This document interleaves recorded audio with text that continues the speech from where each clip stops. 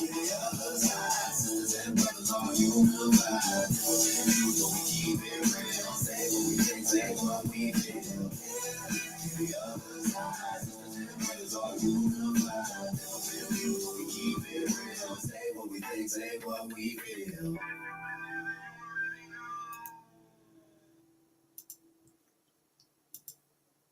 you've been there, then you already know. Channel alive. Now real talk slow.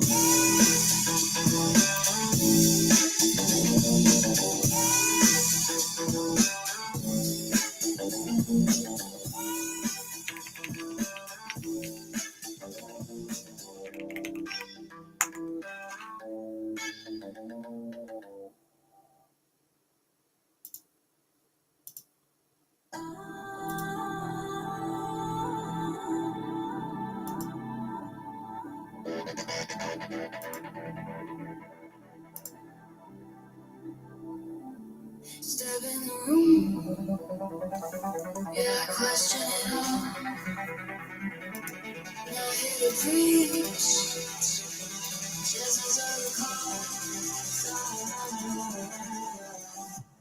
Devil's advocate, hear the other side. Voices unheard, I won't let them hide.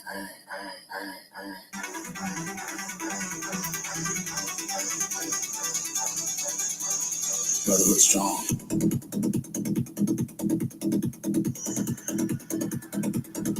We speak our truth. Real talk only.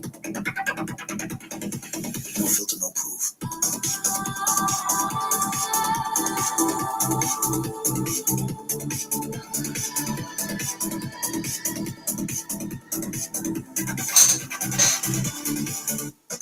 Average man with a weight on his chest. Say what we feel, put it all to the test. Word of pressure, silence we hold. Stories get buried, never get told. Talking it out, here we open the door. And go through things they can't ignore. Not just pain, we build, we rise. Sharpen the mind, cut through the lies.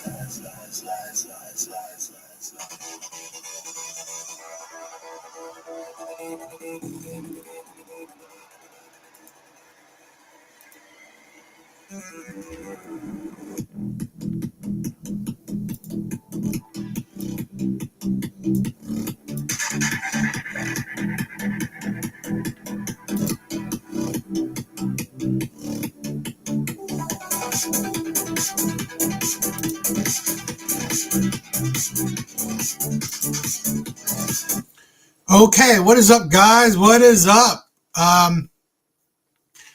Thank you guys for being here.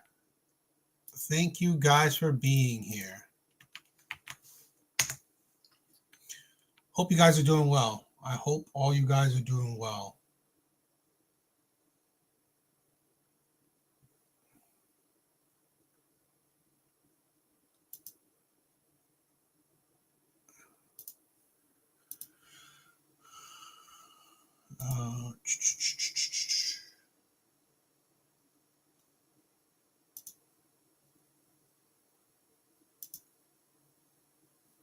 Yeah, I hope you guys are doing well. So I have a few videos I want to react to. If you guys want to, I have the link in the chat. If you guys want to react to it with me, we could always do it. You know, if you guys are feeling it. Laughing Man, what is up, my brother? What is up? All right, let's get started. Let's get the ball rolling.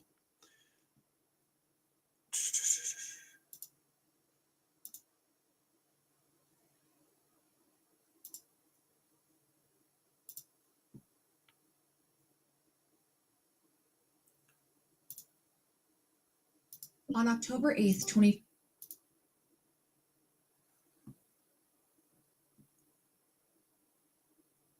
All right, this is an interesting video, right? So, confession of a former pro-Palestine activist. So let's see. I wonder if she's also, does she mean that she's would she be a former liberal, former Democrat as well, former leftist? Is she just completely left that side? We'll see. The Free Press. So I've never really heard of this person, but this seems like an interesting video, so I wanted to check it out. Let's get started.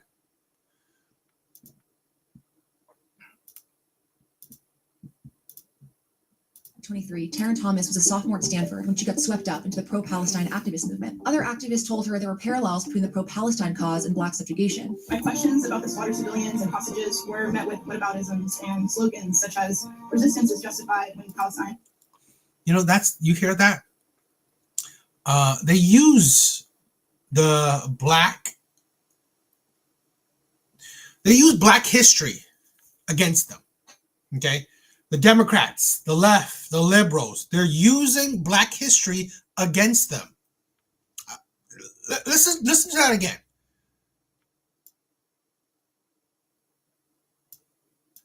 My questions about the slaughtered civilians. Listen to that again. Cause and Black subjugation. My questions about Activists told her there were parallels between the pro-Palestine cause and Black subjugation. Black subjugation. One, what is Black subjugation today? Okay, what they do? Okay, they use again Black people's past to manipulate them today. This is what I'm talking about. This right here is what I'm talking about. Black subjugation. Okay, so not a single Black person is subjugated today in the West. Yet Democrats, liberals, the left use that, okay, to be able to control and manipulate Black people, Black community. Okay, this is why majority of Black people vote Democrat. That is why they're using the victimhood of Black people. Why do you think I'm so against, right? I've done so many talks saying like racism isn't a big issue in the Black community. White supremacy, all this stuff isn't a big issue in the Black community. We need to stop thinking. We need to stop being shackled to the past. Why? Why do I keep saying that? Because of this, okay? Because of that mindset, right? Using Black subjugation to be able to manipulate young Black people into doing what the Democratic Party wants, doing what the liberals want them to do, doing what leftists want them to do. Okay, that's how they control Black people. Use this past that pretty much none of them experience, none of them are suffering from, in my opinion, to now continue them as part of their party, so they can have a automatic voter base. That shit is disgusting. I love to say this, but there's still slaves in Palestine. Just let you know, it's not me just talking. This is facts. I could send you the link if you want, bro. I wouldn't be surprised. I've heard that the Arab nation still has slaves. I've heard. I trust that, right? I believe that. I've been hearing it that the Arab nation still has slaves. It's still going on. That's what I've heard. Right? I mean, you could Google it yourself, but I've heard that the Arab nation still has slavery to this day. So questions about the slaughtered civilians and hostages were met with whataboutisms and slogans such as resistance is justified when Palestine is occupied. And she accepted that framing without knowing all the facts, or even knowing what really happened on October 7th. Taryn was all in. She took part in the first encampments that appeared on campuses across the country and fully submitted to the groupthink that Hamas was a legitimate resistance group. It wasn't until the Stanford protests broke into a building and turned violent in June of 2024 that she began to question the narrative. A visit to a Nova Festival exhibit in LA and later to Israel changed everything. This is our conversation about how a well-meaning, highly educated young person can fall into a destructive movement and what it takes to find your way out. Let me be honest. I don't necessarily think that these kids, people on the left, liberals, are actually well-meaning, right? I think they're easily manipulated into thinking that they're actually well-meaning. Highly educated, they're not. I'm sorry. Earning a degree does not make you educated, because here's the thing. In my honest opinion, okay, what makes you highly educated is the ability to critically think, the ability to constantly question things, okay? The ability to seek knowledge. Earning just a degree, I've known so many people who skirt by, right? get enough, get a C in calculus, get a C in physics, get a C in this, get a C, like skirt by, and you still get a degree. So really having a degree doesn't really make you highly educated, because I know plenty of people who just barely passed by and still got a degree. Is that really highly educated? So I'm sorry. I'm very doubtful that these college students, okay, or recent graduates are highly educated. I think they're just very manipulatable. Taryn, thank you so much for being with me here today. I guess I just want to start by asking you first who you are, how you got to Stanford, and then I'd love to know how you found yourself in the anti-Israel movement on campus. Yeah, so hello, my name is Taryn Thomas, and I am a fourth year studying at Stanford University, and I'm a pre-med student. I call myself an activist. I've always been super involved in politics. I did some volunteer work with like California Department of Education, and just done a lot of volunteering around my school district. And so I've just always been just had a heart for activism. So talk to me about kind of joining the pro-Palestinian movement on campus and what your involvement really looked like leading up before October 7th. So my involvement for pro-Palestine pre-October 7th was very minimal. It was just like I would make, posts that would say Brent, what is up, my brother? What is up? Free Palestine, or but it was more so kind of like generic activist post. And I didn't really necessarily understand all of the conflict of what was going on in Palestine, or like how complicated it was. I just kind of, again, I just knew that they were going through struggles, and I just wanted to show support. So pre-October 7th, it was just very social media activism. And then post October 7th, that's the thing where show your support. You don't really know, and you show your support. You don't know anything about it. You really don't. And then you want to show your support. This is the fake activism that I'm seeing today. This is why I'm sorry. So many people want to say, why, protesting is our freedom. Yeah, it is. But you know what? Being stupid should be criticized, should be critiqued. Because none of the protests today, okay, is on equal standing of protests of the past. None of this, right, should even compare to equal rights or the Civil Rights Act. None of this compares to that. None of this compares to the equal rights for women. None of this compares to the Civil Rights Act. None of it. Not even close. Okay. And then when you compare the two, it is extremely stupid. It's showing how activists today, and I've had prompts about this, right? Activists, protesters today are honestly low IQ. They are low IQ people. They are easily manipulated people. Her being pre-med, okay, I mean, like some form of intelligence, but I'm afraid that it's book, less critical thinking. Okay, it is her memorizing, book information, but not being able to critically think, not being able to question her reality, the realities of others, the narratives of others. October 7th, that day, I didn't truly receive a lot of information about what was going on the ground in Israel. I had initially thought God. And yet you supported it. And yet you supported it. I'm going to say this right now, right? I will never support something that I barely know anything about. Okay. I may question it. I may have maybe a slight opinion of it, but it doesn't mean I support it. Okay. It doesn't mean support it. I do not support things that I really don't understand, Adam. I really don't understand. I have really no opinion on. I really have no knowledge of. So I will always stand 10 toes down on my opinions. And that's why I will gladly accept, questions or, pushback for my opinions, because I don't mind my opinions being tested. So it got attacked with the amount of Palestinian flags I had seen on my social media, and a lot of people showing early support, immediate support for Palestine. In my mind, it seemed that there was an attack launched. There was a lot of misinformation being spread about what happened on October 7th. And one of the things I had remembered believing was that majority of the people that were slaughtered on that day were IDF soldiers, and that it was a battle, and that Hamas was martyrs. And their justification for calling them IDF soldiers was that, essentially in Israel, that there's mandatory service. And so essentially all Israelis are IDF soldiers. And it was a lot of like twisting the logic in order to fit a more appetizing narrative.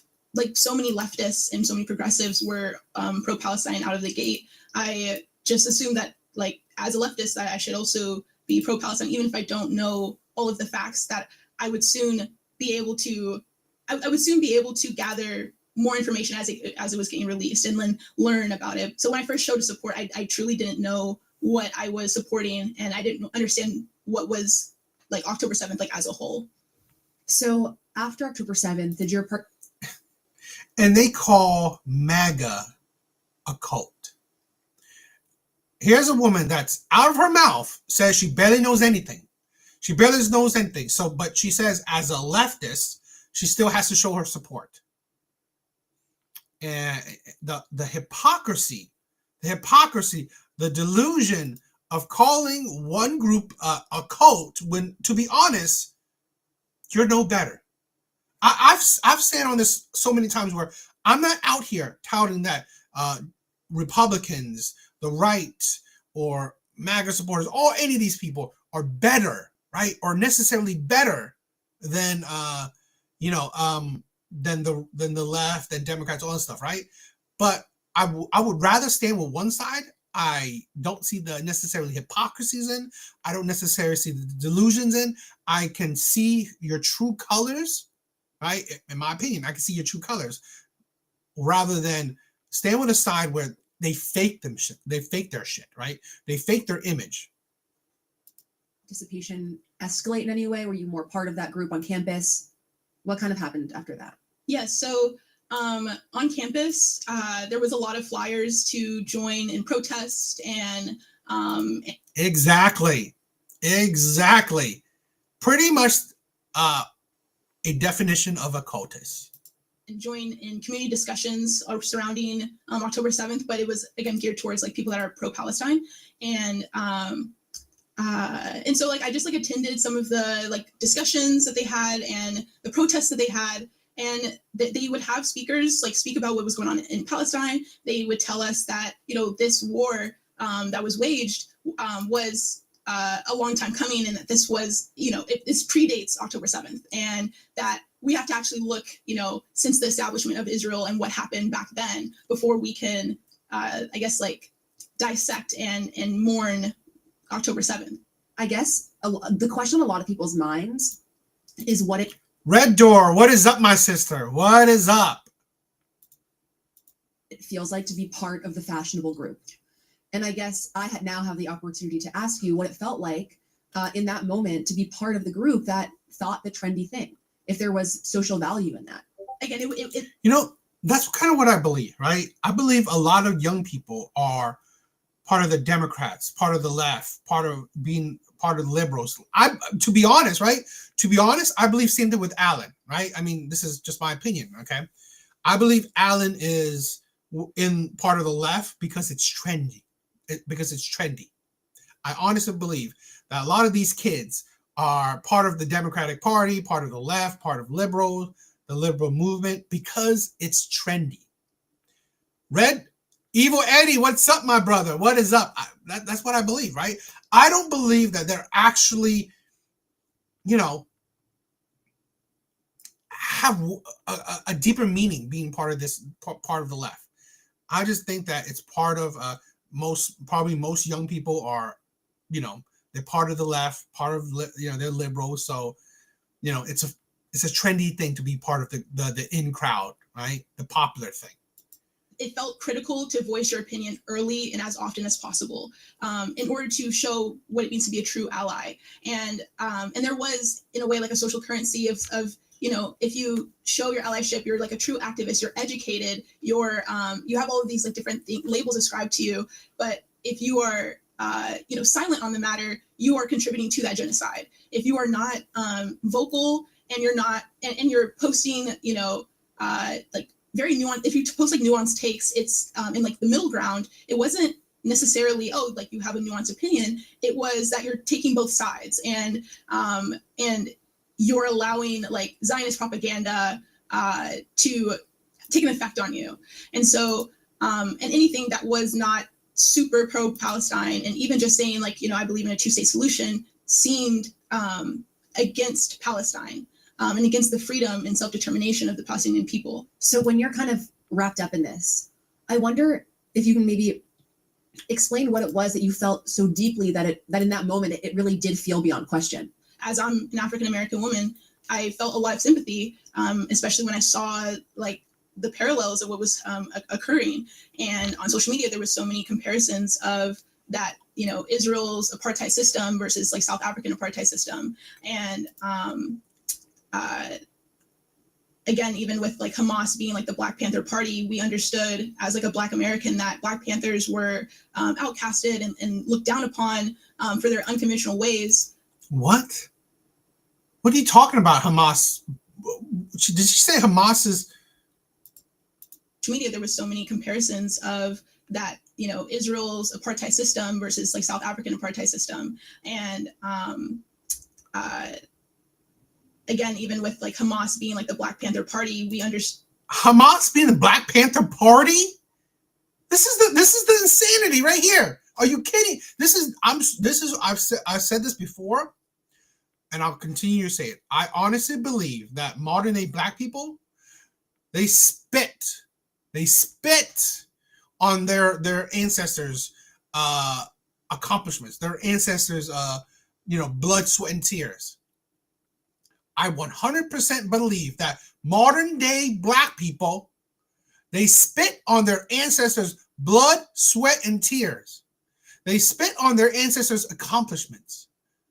This is the group, right? This is the generation that don't respect their elders. They don't. And they supposedly know so much, right? This is a woman that's like an activist, right? She's very pro-Black, yet seems like she knows very, very little about it. Okay, to compare Hamas to the Black Panther Party, yeah, unbelievable. As like a Black American that Black Panthers were outcasted and looked down upon for their unconventional ways and viewed as violent, even though they were not. Versus like actual true Hamas is killing civilians. Is that the Black Panther Party? All right. Hamas is going to war with people. They're killing people. Okay, for their zealots, for their ideology. They want to wipe out a group of people. So you as a descendant of amazing Black activists, you compare a true terrorist group, by definition a true terrorist group, to the Black Panther Party. Yeah. See even Red Door has been there. She's been there and done that. Okay. To compare Hamas to the Black Panther Party is absolutely disgusting, in my opinion. Truly violent group that, and we never really got to discuss those harder topics of like. I said this. This is the thing. I said this before, right? It is I've said this. Racism today is a propaganda tactic of the left. Racism today is a propaganda tactic of liberals, of the left, of Democrats. It's a propaganda tactic. She became pro-Palestine because people on the left keep on saying that, Palestine is just like Black enslavement, right? The issues that Black people have had. They're just like it. So you know what? You gotta support it because if the Black people win it, went through it, right? Hamas and Palestine's going through it now, exactly the same. So you have to support them. What about Hamas? What about October 7th? It was, I think in a way that method of like keeping us in the dark about how to go about freeing Palestine was a way to gain so much favor and support in the beginning. Because as soon as you support Palestine, it's very easy to then like get the ball rolling of like going down the route of being radical. And so without having to describe Hamas, without having to describe the past atrocities of like, you know, the 6 Day War and different histories that are so important to why Palestine and Israel is so complicated to this day, those things were kind of looked over, and those things were compressed into a 2D narrative that was easily digestible. And for African Americans, our story of colonial like subjugation and you know, years of oppression, it's very simple. It's an oppressor versus oppressed situation. However, you cannot apply that lens to the Middle East. And yeah, this so-called modern Black Panther Party, bunch of BS, right? They were literally a Black Panther Party made to support Palestine. Are you the insanity of that? It was a modern day Black Panther Party made to support Palestine. I believe that's absolutely crazy. And again, it's another reason why I'm saying is that modern Black people are spitting on their ancestors' accomplishments, their ancestors' blood, sweat, and tears. And say that one party is oppressing the other party because it's so much more complicated than I could imagine. And so as Americans, we are just translating our experience over to somewhere that's not America, right? People don't recognize that they have a limited worldview. It's very difficult to recognize that you don't know everything that you think you know.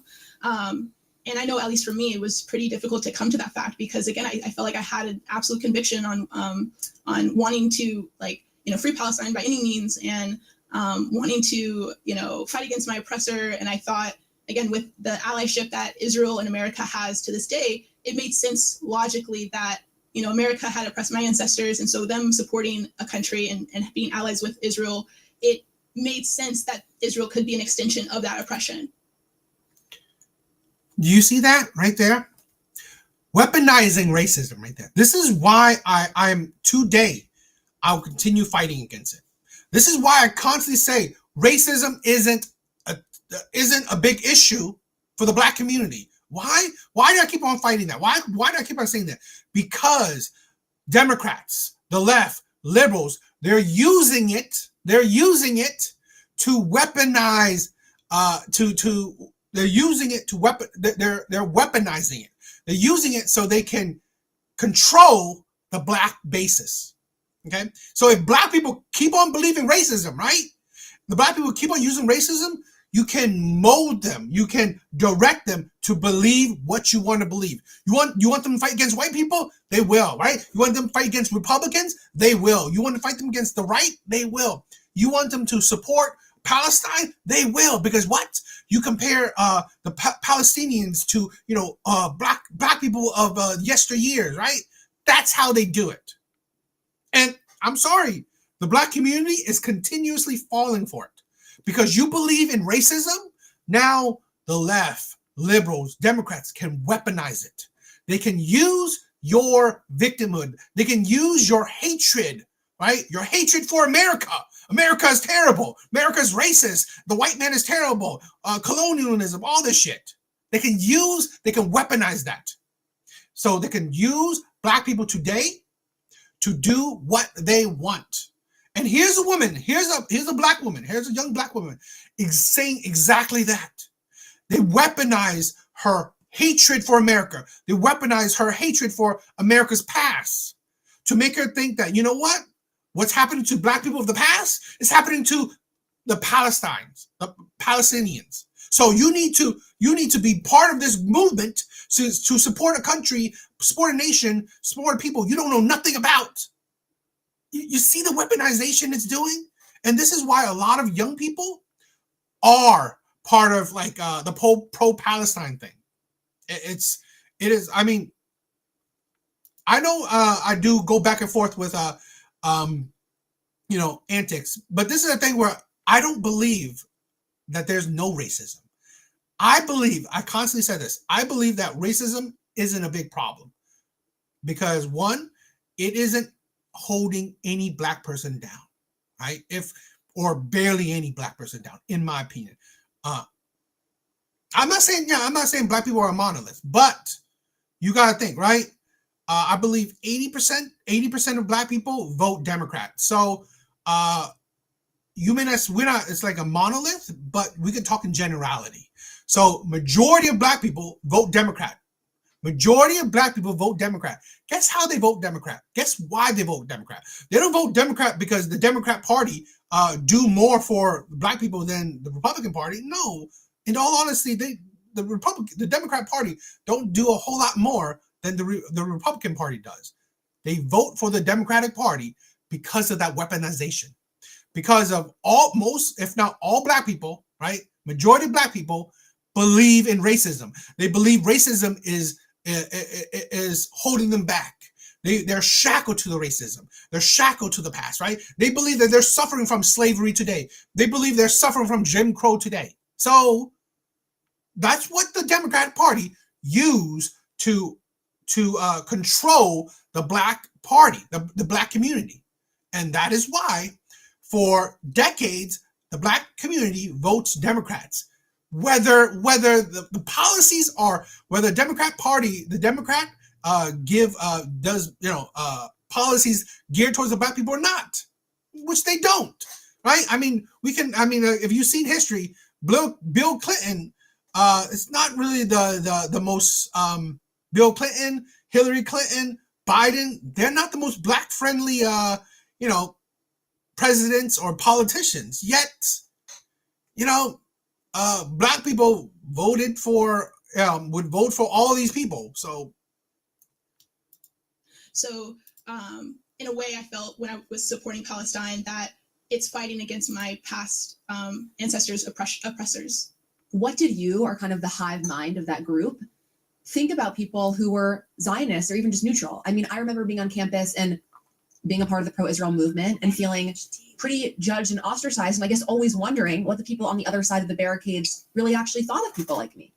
As for Zionists, again, it was treated like a dirty word. You definitely did not want to be labeled as a Zionist. And there was a lot of paranoia. I felt that was in the encampment, that like there was people that were Zionists and they were like, funded by AIPAC to like spy on us. And I'm not sure if there was like any exposed case of that, but I know that there was, constant switching group chats to make, a new one for our new encampment discard. I think, I'm not going to say that, I'm not going to go brutal and say they're stupidity. I say that they're victims of their own victimhood, right? I honestly believe this is maybe controversial. I believe that black people need a villain. This is why, just like how women, right? How women need a villain, right? Just like how women need men to be the villain, the black community needs white people to be the villain. The black community needs America to be the villain. Why? Why do these people need people to be a villain? Because it is to take away accountability. Guess what, right? So a black man can say, you know what? I couldn't get a job. I couldn't succeed in life because of the white man, white supremacy. Because of the system, it's holding me down. Because of redlining, because of racism, because of all this stuff, right? It's stopping me from achieving anything. It's stopping me from getting my education. It's stopping me from getting my degree. It's stopping me from not having a baby mama, right? It's stopping me from marrying a woman. It's stopping me, right, from being a better person, from accomplishing things because of the white man. The white man is holding me down. Racism, right? So many cops are racist, right? Cops everywhere are holding me down. The white man is holding me down. So I can't do nothing because of the white man. Not because of me. Same thing with women, right? Same thing with women. You know what? The pay gap. I can't make money because of, because of the pay gap, because of men. Dating sucks. You know why? Because of men. You know what? I can't do nothing. I can't succeed in life because of men. Women need that, right? Women need the villain. And I'm sorry, people who are suffering from the victimhood mentality, they need a villain. And that's my problem. I mean, to be honest, I think we already segregate ourselves, right? Because if you look at the landscape of today, we all choose to live. We all choose to live within our community. I rarely know anyone. Yo, Antic, we cannot agree even more, right? We are 100% same of mind. I agree. I agree. And just like my title is, right? Feminism ruined the black community. Feminism ruined the black community. The Democratic Party, I believe, ruined the black community. So we are 100% correct. On the same board. May have been inactive or may have, not been true Palestine supporters. And so as for interacting with Zionists at these encampments, there was just a do not interact with Zionists. They would, tell us, we don't want someone to. See, this is the thing, Antic. This is why, you know what? We are very like-minded. We're just we just go towards we just on different streets, right? We're heading towards the same direction, just on different streets, right? We are definitely, I agree with you a lot. I agree with you a lot of things. But I love that, right? This is why I love my community, right? This is why I love the chat, right? You guys challenge me. You guys keep me on my toes. You guys would question me, right? Question my views. I love it. This is why I believe my chat is probably one of the best chats online, right? It's a small chat. It's a small group, but, this is why I know my chat, right?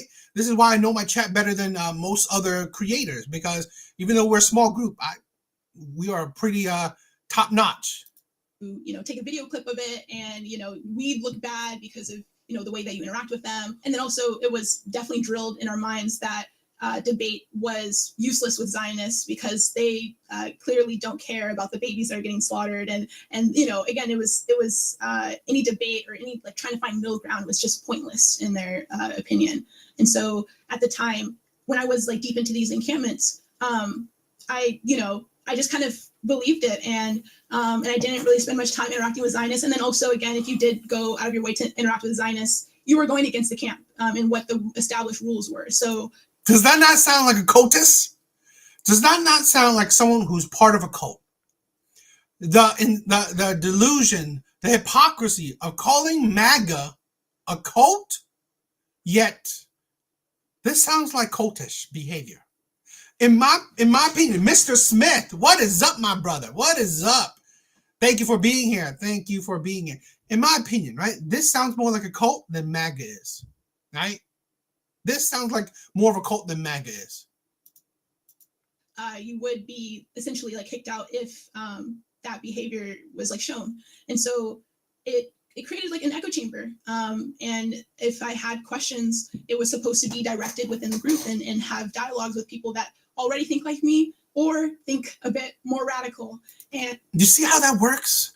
This is what, as much as me and Alan or Zyrax don't agree with each other, right? This right here is why I don't care for the left. I don't care for liberals. I don't care for Democrats. This is why right here, you heard what she just said, okay? This is why I just can't support Democrats, the left, liberals, feminists, because they don't support an environment where you should talk to each other. This is at the very least, right? On the right, Democrats, Republicans, they have open dialogue. They have open dialogue. I mean, famously, Charlie Kirk died for having that kind of viewpoint, right? But we have so many people. We have so many people on the right, right, doing it, right? We have so many people on the right having that mindset that, you know what? Question my viewpoints. Let us question each other's viewpoints. Let's have a dialogue. Let's have a conversation, okay? But you don't see that. You don't see that on the left. You rarely see that. I'm not saying you don't, but you rarely ever see that, okay? You rarely ever see that on the left. I'm not saying, of course, I'm not saying, there's none, because I know there's what is it, Dean Withers or whatever, and the Harry Sis of this world, but it's rare. It's rare, right? And okay, I'm not saying it's rare, but it's not as prominent, in my opinion. And when we like I said, when I had those questions, those tougher questions about October 7th and Hamas, and what does freeing Palestine truly look like, and to what length is that?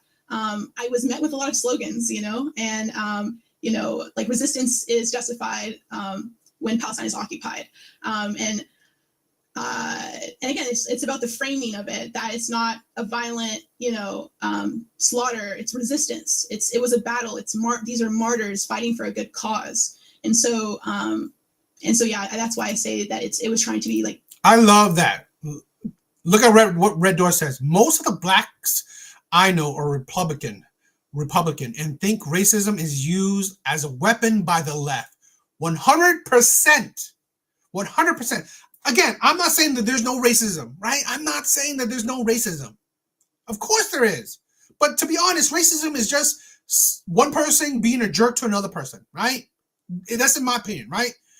Racism today, okay, because there's no systemic racism, in my opinion. In my opinion, there's no systemic racism. So racism today is just one person being a jerk to the other person. That is it, in my opinion. But what the left do is use racism as there's still systemic racism, right? They still bring up redlining. They still bring up segregation. They still bring up slavery. They still bring Jim Crow, affecting black people today. Why? Because you could use it as a weapon, right? You can weaponize that. And black people will always fall for that trick. Digestible for us in order to, again, get that, not necessarily like needing a consensus of what the method would be, but as long as we get consensus that we need to free Palestine, that was good. I want to ask you, I guess, when you first started to really question those things that were happening around you that you were taking part in, was there a moment that maybe opened your eyes? Yes. I love that. We could disagree we could agree to disagree, but I love that you're centrist. I believe so too. I am too. Well, I'm more center right, but I'm definitely more center than left. In June of 2024, at Stanford University, there was a protest that ended up breaking into an administrator's building and causing an estimate of $700,000 in damages. And in this protest, they, graffitied very anti-Semitic things such as pigs taste better when dead. They, spray painted America with like the KKK instead of a C.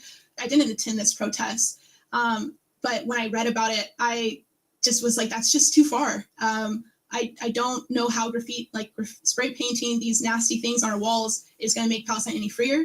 I don't know how breaking things in an administrator's building is freeing Palestine. And I didn't understand like what we were doing. And again, like there were so many justifications for it that, that this, broken property isn't worth more than the human lives that are being lost in Palestine. And again, I can agree with that. However, why do we have to break property in order to get to that means, right? But it kind of just reinforced that like destruction and violence. And that's one thing that why I can never be on board with activism, right? I can never be on board with activism because any kind of activism, right? When you're destroying public property, when you're destroying private property, what do you think you're accomplishing? You are hurting the people while thinking that you are fighting for the people? Does that make any sense? Just like, I don't know, what was it? The LA riots? You are hurting the people to do what? How do you get people on your side when you destroy their property? How do you get people on your side when you destroy their neighborhoods, their city? How do you get people on their side? You don't. This is why I've never been supportive of of any protest, really, right? At least any protest that I know, protests, activism, because honestly, it's just immature kids, in my opinion. These are just immature adults. So was kind of a bit central to the cause of supporting Palestine. And instead of just realizing that like Palestinians want peace and stability, and I think we all want peace and stability, including people that are pro-Israel, and using these labels such as like pro-Israel versus pro-Palestine, again, that flattening of the issue. We all want the same things, but because of that othering and looking down upon another side for their morals and having this moral absolutism, it's contributing to closed minds. I remember when that protest happened, and I remember thinking, these people don't want the same things as me. Like, even people that I disagree with, who were, to use the flattening terms of pro-Palestine, when they viewed me as pro-Israel, even I could. Let me say this, right? I mean, to be honest, I wanted to see. She says Palestine's, want peace. I wonder, right? I wonder if it's true. Now, who knows, right? I mean, I have no true source on it, but I would say, I said I'll Google it. Let's see what Google say. Let's see what Google say. Believe what you will, right? Believe what you will. But here's what Google say: Palestinians' desires regarding peace are deeply divided and complex. While many Palestinians in the West Bank and Gaza express a desire for peace, dignity, and a two-state solution based on 1967 borders, a significant portions of the population and leadership have historically rejected proposals that do not include full rights of return or control over East Jerusalem, leading to continued conflict. So, I don't know. I mean, where does she get her information that Palestinians want peace? Because it seems like it's a very divided thing. Okay, so I don't know if it's majority, I don't know if it's minority, but I know it's divided. So could you say Palestine want peace? It's questionable. That's why it's like, don't talk about shit you don't understand, you don't really know. Because to be honest, I wouldn't say that they want peace because I really don't know. Okay, I really don't know. So, and that's the problem with modern day leftists, Democrats, liberals. They don't fucking know. They don't know, but they still say a whole lot of shit. See what they actually wanted, which was peace and stability, like you said. But especially these radical campus groups, seeing those encampments, seeing the signs, seeing the graffiti, for me, that was a moment of clarity of like, I actually don't want the same things as these people, because these people seem to want to burn everything down, including this country. And so I understand why that would have been kind of a red flag for you. And I wonder if you can maybe describe the first time you maybe voiced one of these questions out loud within that group.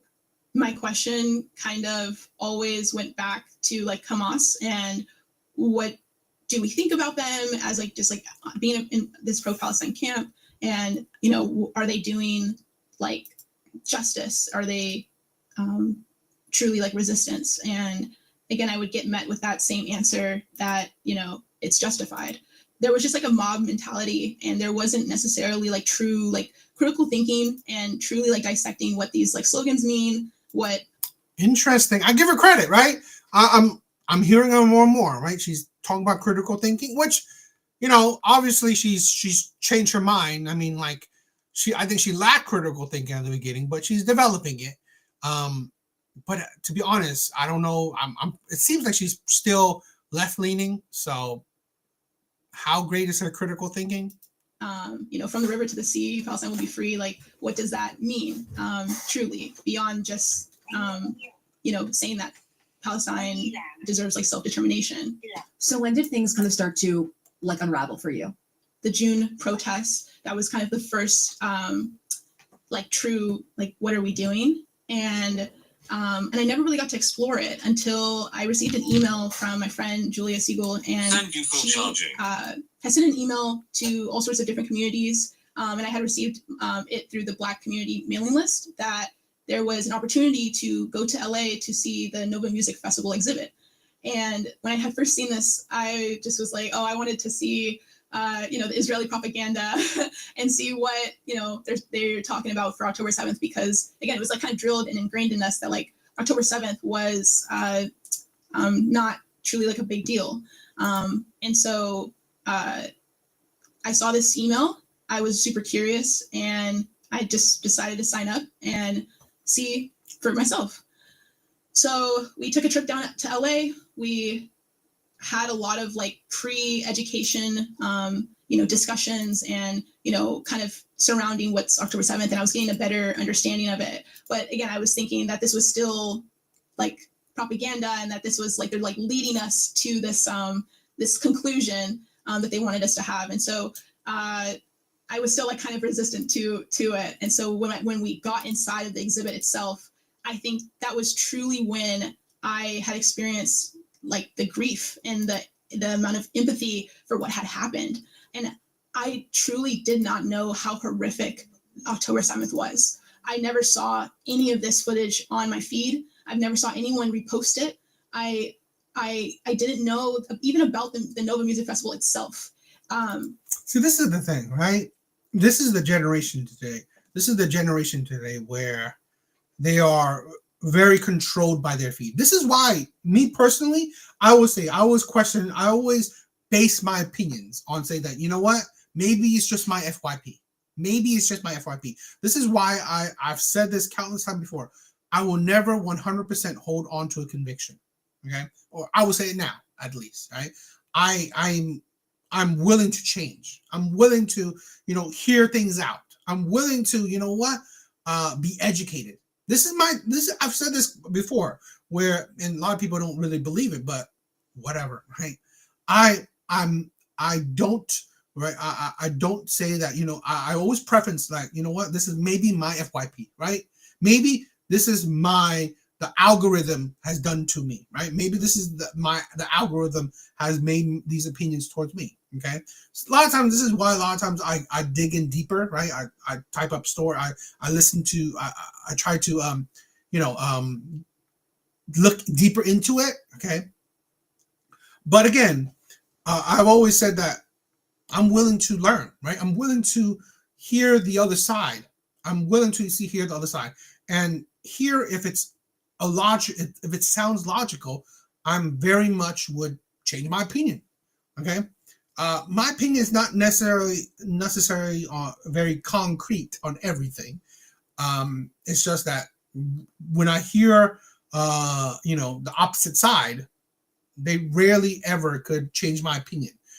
I mean, you guys seen it, right? Whether you guys think I, where I think I'm wrong or right, but I've done couple streams with Alan, some with Zyrax, and to be honest, they really couldn't give me a very, a logical take on their side. Okay, so And again, there was so much misinformation on what October 7th was. Like I had shared about like that it was mainly soldiers being killed, and then finding out that it was civilians, and it was people my age that were just dancing and then fleeing for their lives. I was in shock, and in a way, I felt so like misguided by the pro-Palestine movement, because I was like, why haven't we talked about this? Why haven't we like truly like had a discussion and even like condemned what had happened? I walked through that, and I think I just truly opened my eyes, and I realized that there's like definitely two truths to this story, and what I understood, there's so much more information that I just didn't know, and I think that my story isn't unique on the pro-Palestine side. I think that there's a lot of people that joined the movement without having all of these facts, without understanding what October 7th was. They just understand what, October 8th and beyond. And getting to see that and being surrounded also by just, we had so many diverse students that had came onto this trip alongside us, and that we were all learning about how horrific this was. And again, we discussed it afterwards. And I think everyone from that group truly took something away from that day. And I know for me, I was experiencing like such severe cognitive dissonance of like what I was told versus like what the things I was learning. And also that it wasn't, like a statistic. These are human people that were, begging and screaming. And there's just no. Yeah, it is a long video. So I'm probably going to scrub through it more. Way that perspective that I wanted to try to bring to, I think my social media was like just inundated with Palestinian flags. But you know what? I mean, I think Antics can agree with me. This is why Black women, right? Women in general, in my opinion, women that has been affected by feminism. This is why, in this case, a black woman is destroying the community, right? They are easily manipulated. This is why Black women are ruining the Black community. This is why, no, it's her. I mean, it is her. But I mean, this is why women in general are ruining. I've said this before. I think feminists are ruling the world. I think feminists are ruling the world, and she's a great example of that. Right? I think she's a great example of that. This easily manipulated person.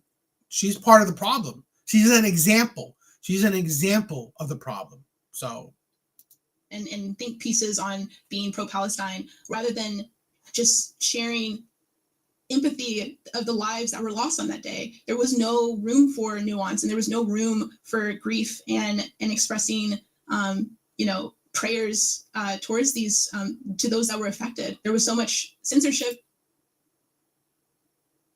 They would have to admit that they were wrong, and again, like that sense of belonging and being called as exactly. They will believe all kinds of nonsense, because if you can hit their victimhood mentality, right? If you can hit their weakness, if you can trigger their emotions, easily manipulated, easily believing in all this insanity, these delusions, these hypocrisies. When it was such a dirty word, and I think that's like a genuine fear for people that are on the Palestine pro-Palestine protest. And so I think the leaders might be a little bit hard to reach, but I know that a lot of participants like myself can be changed and can have their thoughts changed. That it's about a lack of education. It's about not knowing the extent and like the history of how Israel formed, why it formed in the first place, learning about the different peace treaties that were attempts to bridge this gap, why it failed, how did Hamas form, even just because, and it's the very extreme, maybe Holocaust denying, but there's also more to that. That there's a modern day anti-Semitism that's like, again, Jews controlling the media or Jews controlling the world even. And those things are a lot more subtle. And it's, I think recently they have called it like the great noticing. And again, it's just to be able to have like a scapegoat to be able to blame all of your problems on. I wanted to ask you, you get back from this trip to Los Angeles, what's the reaction from the people within SJP about you changing your mind? So at that point, I already was disassociated from the SJP group. I was no longer like in their group chat and like their group messages. And so when I went to the exhibit, it was October 12th of 2024. During that time period, I was not vocal about my thoughts. I lost friends when I had actually got to visit Israel, and I had posted it. So it was called Perspectives Trip, and it was. It's kind of funny too, right? I've been hearing this too a lot from the left. I mean, maybe the right too. Maybe it happens to the right, but I don't hear this on the right. But it's only, again, my FYP. It's only the left seems to, they would break up relationships, break up families. They would disown their parents, disown their kids. They will break up friendships because of a difference of opinion, because of a difference of mindset. And these people are tolerant. They are extremely narrow-minded. These are the people that will kick you out if you have a difference of opinion. Hey, if you are dissent, right? They will kick you out. You will be ostracized, right? These are the people. Exactly. I've heard that so many times, right? They would disown kids. They would disown parents. They would disown a family member, right? Because of a difference of opinion. I have heard that, right? Exactly. Sponsored by Hillel at Stanford, and the applications were sent to people that had attended the Nova exhibit, and to see Israel for a week and have like education and get to meet Palestinians and Israelis on and hear them speak about their experiences. And so this time I was so hesitant. Like the first, when I had signed up for the Nova exhibit, I didn't, think too much of the social ramifications, but I knew that if I signed up and I went to Israel myself, I felt like I knew that I was going to lose friends if I talked about it. And I was genuinely so worried about like being outcasted, and I just knew that overall I can't claim to be an activist if I'm not informed. And yet I don't know why, right? What she just said, okay? Afraid to losing friends and all this stuff, and yet these are the people you want to be friends with. This is the party you want to be a part of. Because you have a difference of opinion, you will be outcast. And this is the party you want. This is the party of love. This is the party of, for minorities, for women. Yet, God forbid, you have a difference of opinion. Because I've heard Democrats, left, liberals be racist, right? I've heard them call black ICE agents, the N-word. This is liberals, right? The left. I've heard them call black ICE agents the N-word. No problem being racist there, right? I've seen liberals. I've seen the left beat up a woman like a reporter, right? No problem being sexist there. So really, this is the party that you stoutly support? Can't claim to be an advocate, and I'm only advocating for one side. And I decided ultimately I need to go see it for myself and see what I've been protesting against all this past year. And so I signed up, and this was the trip took place in March of 2025, and it was for our spring break. And it was a 10-day trip, and each day was educational. It was definitely not tourism, even though when I had posted it, people said you went to Israel to tour it. No. And each day we had new speakers, again, Israelis, Palestinians, but we also got to meet other Arabs that live in Israel, like Druze and Bedouin. And I didn't even know that there was other Arabs that live in this region. And it was so fascinating to meet these groups and hear their opinions and perspectives and their cultures, and see that a lot of them had also very nuanced opinions. It wasn't black and white for them. And, our first few days we were in Jerusalem, and I got to visit like the old city and see the Christian, Muslim, Armenian, and Jewish quarters, and to see them in such close proximity to each other. It was just. And what was the reaction from people on campus when they did learn that you had gone to Israel? Like you had mentioned there was some kind of feedback, and I wonder, what it was like once people did find out that you went. Before the trip, I did make a post, and I just said, I'm going to Israel and Palestine, ask me anything. And I received like a lot of comments, just mainly of like, why are you going there during like a genocide? And again, some of it was like out of like genuine, like, being puzzled. And then others were like, there's a genocide going on. You should not be there. Why are you going on this like propaganda tour? And then there was some people that like I lost one of my friends for years, she asked me like, are you in Israel? And I said, yes, I am. Like, you want to talk about it? And immediately she blocked me. And this is a friend. I would say that this was one of my best friends, and I lost her without even a conversation. And I didn't think when I signed up for the trip that would happen. I thought I would at least have like a chance to talk to people and tell them about my experience and like my nuance. And again, I was still like supporting like, Palestine's like self-determination. And so I just thought like we would be able to like discuss and have these like open conversations, but it was not like that. And I was just at a loss when I saw so many people unfollow me. And when I that was the pre-trip, I wasn't even in Israel yet. And I went to Israel and I posted, I believe it was Israelis protesting against the government. I just, did a video, didn't put any caption or say that I'm for it or against it. I think I just put a clarification that Israelis are protesting against the government, because I was hoping that it would incite some people to say. I hope so, right? I mean, I hope so. I hope the average person isn't.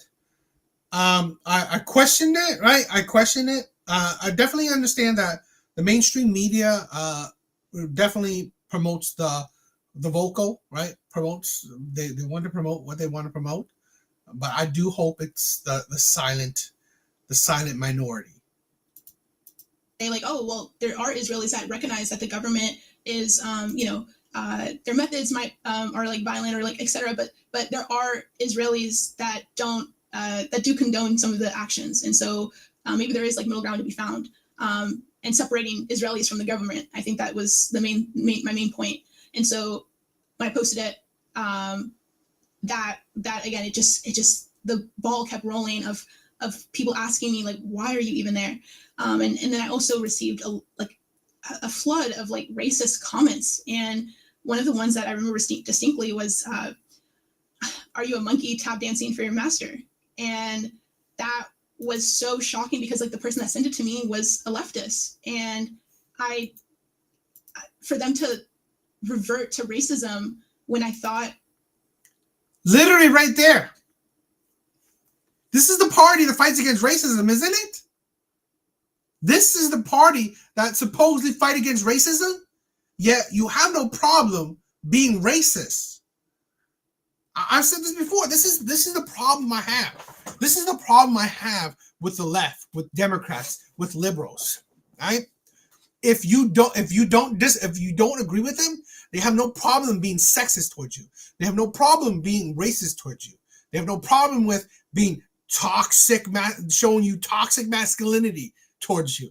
If you don't agree, right? They have no problem with it. They have no problem being violent towards you, being abusive towards you, right? They have no problem with it if you don't agree. So are they truly a party for minorities, a party for women, right? A party for the oppressed? When honestly, you have no problem oppressing people, right? If they don't agree. You have no problem being racist towards people. You don't have a problem being sexist towards people. You don't have a problem being violent towards people if you don't agree. I would say that if this woman is still a Democrat, still part of the left, still a liberal, she lacks critical thinking, right? She lacks critical thinking. We're all on the same side. It was just a bit heartbreaking. So are you on the same side? When you don't agree with them, you're not on the same side. Last October 7th, you spoke at a vigil on Stanford's campus, and 100%. I'm sorry. If you are a party that has trans people, you are honestly, I mean, if you're a party that supports trans people, right? Support anyone that believes that they are the opposite gender. Okay, there's some trans people that they know that they're a man. They just want to be a woman. Okay, I mean, even though you're mentally off, at least you're a little bit base, right? I mean, you do weird things. But at least you have some base to that, right? Where you know reality. You just hate reality. Okay, I mean, like, people can hate reality, right? But you know that you haven't changed reality, and it's fine. There's some trans people who say, no, I'm a woman. No, you're not a woman. So a party that supports that, yeah, they're mentally troubled. You started by saying, a year ago I would have been on the other side of campus protesting people that you were speaking to. A year ago, I would have been on the other side of campus participating in a counter protest, armed with megaphone and a conviction I thought was absolute. After October 7th, 2023, social media flattened a century of history into 2 opposing hashtags. Soon supporting the Palestinian cause became a litmus test for activists like myself. Also just want to know what it's been like to be embraced by a group that you really thought you were fighting against. I was so shocked, for one. Again, after visiting Israel, I felt so isolated. And I was like at a point of just like, I was losing so many friends. I didn't really have anyone to talk to about like the things I witnessed and experienced. But the people that I made friends with like at this perspectives trip are like still my best friends to this day. And I learned so much from like my Jewish friends and about their experiences with like anti-Semitism on campus. I was embraced by the Jewish community, and I did feel like I could call like Hillel my home and have, I would stay for like Shabbat and, Yeah, well, I mean, I'm glad that you change a bit of your behavior, but who knows, right?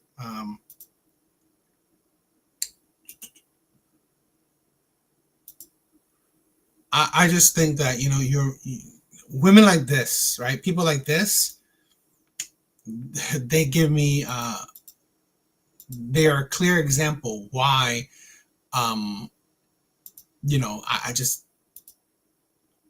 I was disappointed of ever being a Democrat. I find the left, liberals, Democrats disgusting, right? I do.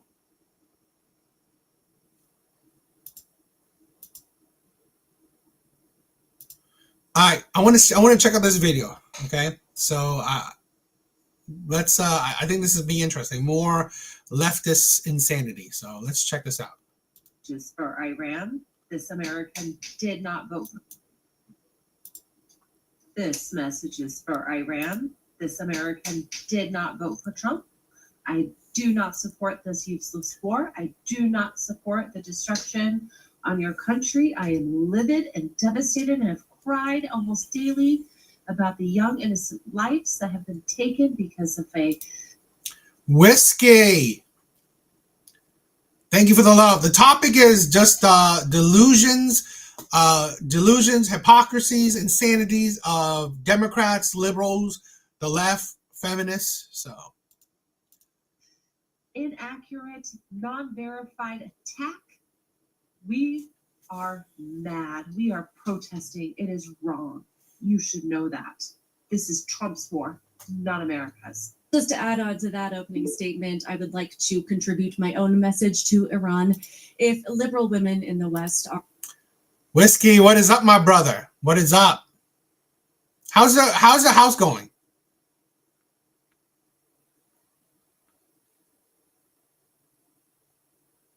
Kind of mute, but it's all good.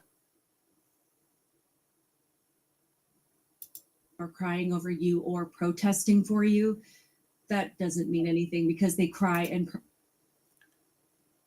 protest over literally everything. It's all they do. They don't have anything better to do at their time. It's who they are. So sorry to disappoint you. To get into what I want to talk about today, as we know, it's been a couple of weeks since the current conflict with Iran started between us and them, but anybody with at least a couple of brain cells to rub together understands that this did not start 2 weeks ago. It did not start a year ago when Trump was reelected as the president. This has been going on for decades and decades, and we have lost countless of our own men and women, not to mention the thousands and probably millions of the Iranian people that have been murdered by their own regime over the last 50 years. So this is not a new war. It is not a new conflict. It is ongoing. And I'm not going to pretend that I'm an expert and that I know what the right answer is or what the right moves are, what the right way to handle it is. I'm sitting back and watching and evaluating and just trying to make sense of all of it and obviously praying for the best outcome. But what I cannot understand, and maybe I shouldn't be shocked by anything anymore when it comes to liberal women, I legitimately thought that at some point there would be a limit for liberal women, especially as they pretend to be the defenders of women, that they would look at this and say, maybe this makes me a hypocrite. Maybe this makes it look like I really don't care that much about women's rights if I'm defending the Iranian regime. So we are going to... I mean, to be honest, them defending trans people already showed that they don't really care about women's rights or women, really. So to look at a few clips today that have ended up on my timeline, because if I have to see them, so do you. But before we get too much further, live under this regime, because obviously women in America have no idea what that's even like. I mean, some of us that are sane and have been listening to these atrocities and trying to grasp what it's like to live under people like this, under leadership like this, we understand that it's horrific, but you really truly cannot grasp it unless you have lived it. So I want to listen to what she's saying, because I think it makes the response by feminists that much more offensive when you listen to what it's like to live under people like this, and then you listen to the people defending it. So let's have a listen to this woman here. For anyone who doesn't understand what life is like living under the Islamic Republic, this is for you. In Iran, a girl can be legally married at 13. In Iran, a mother loses custody of her children when they turn 7. In Iran, children of political prisoners are born and raised inside prison walls. In Iran, a woman's testimony in court is worth half a man's. In Iran, marital rape is legal. In Iran, a woman can't sing solo in public. In Iran, women are banned from many sports stadiums. In Iran, you can be executed for being gay. In Iran, a married woman needs her husband's permission to travel abroad. In Iran, you can be executed for changing your religion. Just ask a Baha'i. In Iran, if you're an unmarried man and woman together, you can be arrested and whipped. In Iran, the hijab is mandatory and punishable by law up to 15 years. In Iran, security forces use rape to torture political prisoners, both men and women. In Iran, criticizing the regime can get you executed. In Iran, they shut down the internet to hide massacres. In January 2026, they killed tens of thousands of protesters in a near total blackout. In Iran, men can have 4 wives and unlimited temporary wives called sires for hours or days. In Iran, the IRGC military controls over half the economy like a mafia. In Iran, over the past 5 years, the currency lost roughly 98% of its purchasing power against the US dollar. Iran's inflation rate averaged 40.3% per year with a cumulative inflation rate of 442%. In Iran, they forced school children to chant death to America. In Iran, walking your dog is a crime in many cities. In Iran, drinking alcohol is illegal and punishable by flogging. In Iran, dancing with the opposite sex is illegal. In Iran, satellite dishes are illegal. Using Starlink can get you the death penalty. In Iran, the regime executed over 1,000 people in 2025, and already in 2026, there has been 552 executions. In Iran, doctors who treat wounded protesters are arrested and threatened with execution. In Iran, journalists are imprisoned for reporting the truth. In Iran, this social media post would get me executed. This isn't about politics. This is about basic human rights. This is the system that millions of Iranians are fighting against. Keep amplifying their voices. Payende Iran. Long live Iran. So that is what we. That is insane. I mean, like I always tell people to, you know what, don't believe everything online, but I mean, you know, Google it yourself. But if those are true, I find it even more disgusting how Democrats, the left, liberals even have the morality to support a country that would do such heinous acts to its people. Absolutely disgusting. Yeah, so I heard someone said that in Iran they're like the center of transgender surgery. Really? Yeah, because if you're gay in Iran, they perform surgery on you, and then you're considered a woman. What? I've never heard of that. I don't know who said that, but it was a reliable person. I can't remember who it was. Really? Because I would think that they would not like that. I would think they would rather kill you. Yeah, I thought it was odd too, but that's what this person. It's like the most expert. They have most expertise in transgender surgery. So I suppose they, you know, if you're a guy, it's not just hormones. They'll do surgery to, you know, to rearrange everything. Oh wow, that's crazy. Brent, I always heard this, right? I posted this. I posted this on my. Did I post it? I think I did. I think I posted it. Right. But yes, they just executed that gold medal wrestling kid. He was 19, I think. Right. Yes, they did. They hanged him. Absolutely disgusting. Absolutely disgusting what they did. And this is what the left is supporting. These types of people is absolutely. It just shows you that this is the problem I have. It's just that they hate Trump so much. They don't mind supporting actual dictators, which is absolutely insane. They hate Trump so much. They don't mind supporting actual dictators. That is insane to me. You're dealing with here. That is the regime that people live under. I know for women, but let's get into a couple of these clips. So this is one that I found particularly entertaining. Maybe it's because she sounds like a child, but let's listen to what she has to say. It is extremely unhinged. Something that I think is truly wild is that we see these leaders, high up military ranking members of Iran, answering questions of reporters, calm, cool, and collected in English. Can you imagine any of our upper political echelon, answering questions in Arabic? Even taking interviews, like at all. Why would they do that? What would the point be of them doing that in what? Absolutely stupid point of view. Absolutely stupid opinion. Yeah, but I mean, English is the language of business and diplomacy nowadays. Yes, I mean, like I English remember, is like more widely spread, used. It's wild. It's wild. First, please lay off the helium. Second of all, Wow, I did not know that.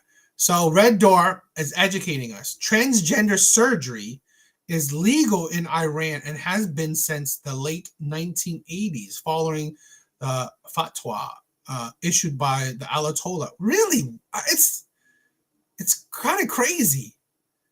I mean, I would think that they would just get rid of anyone who's gay, but that's insane. That's interesting. Because wouldn't it be like you're still having sex with a man? It's kind of crazy. Paul, there's probably like a small handful of people in Iran that are actually allowed to answer questions. They are on a very tight leash. And as we heard from this beautiful Iranian woman just a couple of minutes ago, if they set one sliver of a toenail out of line, that will be the last time we ever see them. So yes, they might sound civil to your face and be able to keep calm, cool, and collected because, of course, they want to appear exactly the way that this woman described. They want to appear that they have it together, that they're not this cruel, inhumane society or ideology or people. They want that. So obviously it worked on her. She's like, look, they're so nice. Obviously they're nice people. So she fell for it. But it's what goes on behind the scenes and the things that they try to hide that are completely horrifying, probably beyond our Sounds like a fancy keyboard. Evil Eddie, you're crazy. our wildest imaginations. I mean, the things that we think are happening behind closed doors in Iran, we probably couldn't even imagine it. We can probably think of the worst thing humanly possible, and that wouldn't even come close to what actually happens to these people. But she's talking about them like she's, she just came home. So this little grandma, as sweet as she looks, has kind of jumped on this trend of like sending messages to Iran saying, please don't hurt us. We're on your side. We don't like Trump either. As if the Iranian regime cares what your political party is. Once again, just proving that these people have absolutely no idea how this regime operates, what their ideology is, what their mindset is. And honestly, I think that they keep themselves in ignorance on so many of the things that they support. And I'm talking about leftists. They avoid actually learning about the things that they're supporting because even they wouldn't be able to defend them if they actually did a little bit of research and listened to women who actually have had to live through this. But let's listen to the sweet little granny here. So there was this report that Iran had a drone and they're going to attack California. And by the way, that story was debunked. It was based on a single tip to a local agency in our local law enforcement agency in California. And even in the email that contained this tip, it says this is unverified intelligence. It was a single tip. So that story's not true. They're not threatening California, at least not right now. Excuse me, I need to talk to you for a minute, Iran. We had nothing to do with electing this man. Nothing. We are a very liberal state. We despise this man. Oh, but you know what I think? It's probably this miserable lying administration put the idea in Iran's head. Again, no idea how the Iranian regime works. First of all, no one's putting ideas in their head, okay? They have had their religion and their ideas for a very, very... Yeah, they've been saying death to America way before Trump. So really, it's like kind of idiotic. And in my opinion, I'm very doubtful that there's any nation on this earth that would really attack, America, right?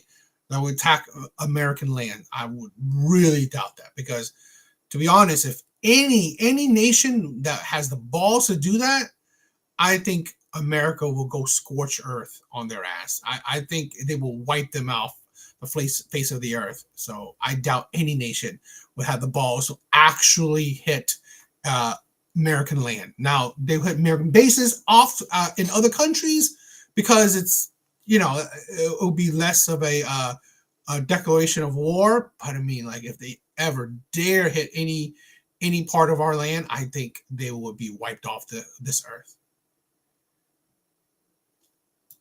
Long time, and they have been hyper focused on those ideas of wiping out the West, of wiping out non-Muslim people, okay, non-extremists to be more specific. But it just baffles me that these people for today, because I don't know how much more of this I can take, but this one's a quick one. And yeah, she seems to think that Iran is saving humanity. Unpopular opinion. At this point, I feel like Iran is standing up for humanity. They have the balls to do what no other country has had the balls to do. Yeah, like imprison journalists and kill and torture innocent people. And oh, did you hear about the Iranian women's soccer team who just decided not to sing their national anthem? Yeah, if they go back to their country, they will be tortured and murdered. And while some of them were granted visas in Australia where they were playing their games, there were about half of them that did go back, and probably because their families are being threatened. Yeah, so Iran definitely is doing things that no other country or leadership does. You know what I noticed is all these are white women. This is what I really think that this is the problem, right? I mean, like, the problem, again, it can lead back to feminism. White liberal women are honestly the worst in the world. They are poisoning our country. They are the worst group of women, the worst group of people. I've said this before. I think feminism is the root of all of our problem. I think feminism is the root of all our problem, and women like this shows it more. Okay, to right here, praising a dictator, praising an authoritarian is absolutely ridiculous. It's insane that these people have the brains to think that it's a good thing to show your support to, a leadership that would kill thousands upon thousands of its citizens, control pretty much all aspects of his citizens' lives. Okay, but the other women already told you all the problems that happen in Iran, but yet women like this, white liberals, right? White liberal women. Yeah, I agree with you. I think most white liberal women have not had any, hard times in their life. So their outlook on life is it's like looking through rose-colored glasses. Everything looks nice, So they don't know the bad side of life.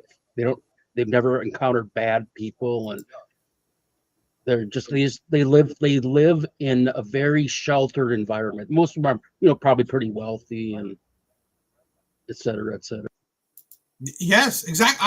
This is the thing where I kind of believe this, where because we are more free than ever before, because we have like less worries than ever before, right? I think, particularly white liberal women, I mean, like, I'm pretty sure that their families do well, they're doing well, whatever. They have very little worries in this world. So they desire some differences. They desire some excitement. They desire some chaos. I think all women desire chaos, but I think a lot of women just can't afford it, right? They don't have the opportunity for chaos because they got to make a living. They're going to, they have problems, shit like this. While particularly white liberal women have almost no problem. So they got to find something to bring chaos into their life because they are chaotic creatures. So this is why they're always I think honestly, most white liberal women are always far left. They're always extremists. And they're not very nice people either. I mean, Margaret Sanger, she was like the patron saint of all feminists for like 50 years. And it turns out, and then we find that the truth about her was she didn't like black people. That's why Yeah, she she wanted to created exterminate them. abortion clinics. Yes, yes. And that's the thing where I've said this before. I don't believe feminists want equality. They want supremacy. They want power. I believe feminists want power. I believe they disguise that under the narrative, the propaganda of equality. But in all reality, in all honesty, they want supremacy. I think women want power, particularly white liberal women. Okay, I think they are striving for power, and they're so bad at when they have power. They're so bad at doing things when they have the power. It's just so inefficient. I agree. We have to take what's that amendment that gives women a right to vote? The 19th Amendment. We have to repeal that. Women should not vote. You know what? Sometimes when you see women like this, it's hard to disagree. It is definitely hard to disagree. When you see women like this, it's just you can't. They're basically children. No, they've never grown up. They're just basically like maybe in their like 10 years old to 16-year-old phase permanently. I agree. And here, you know what? We will get I think a decent example.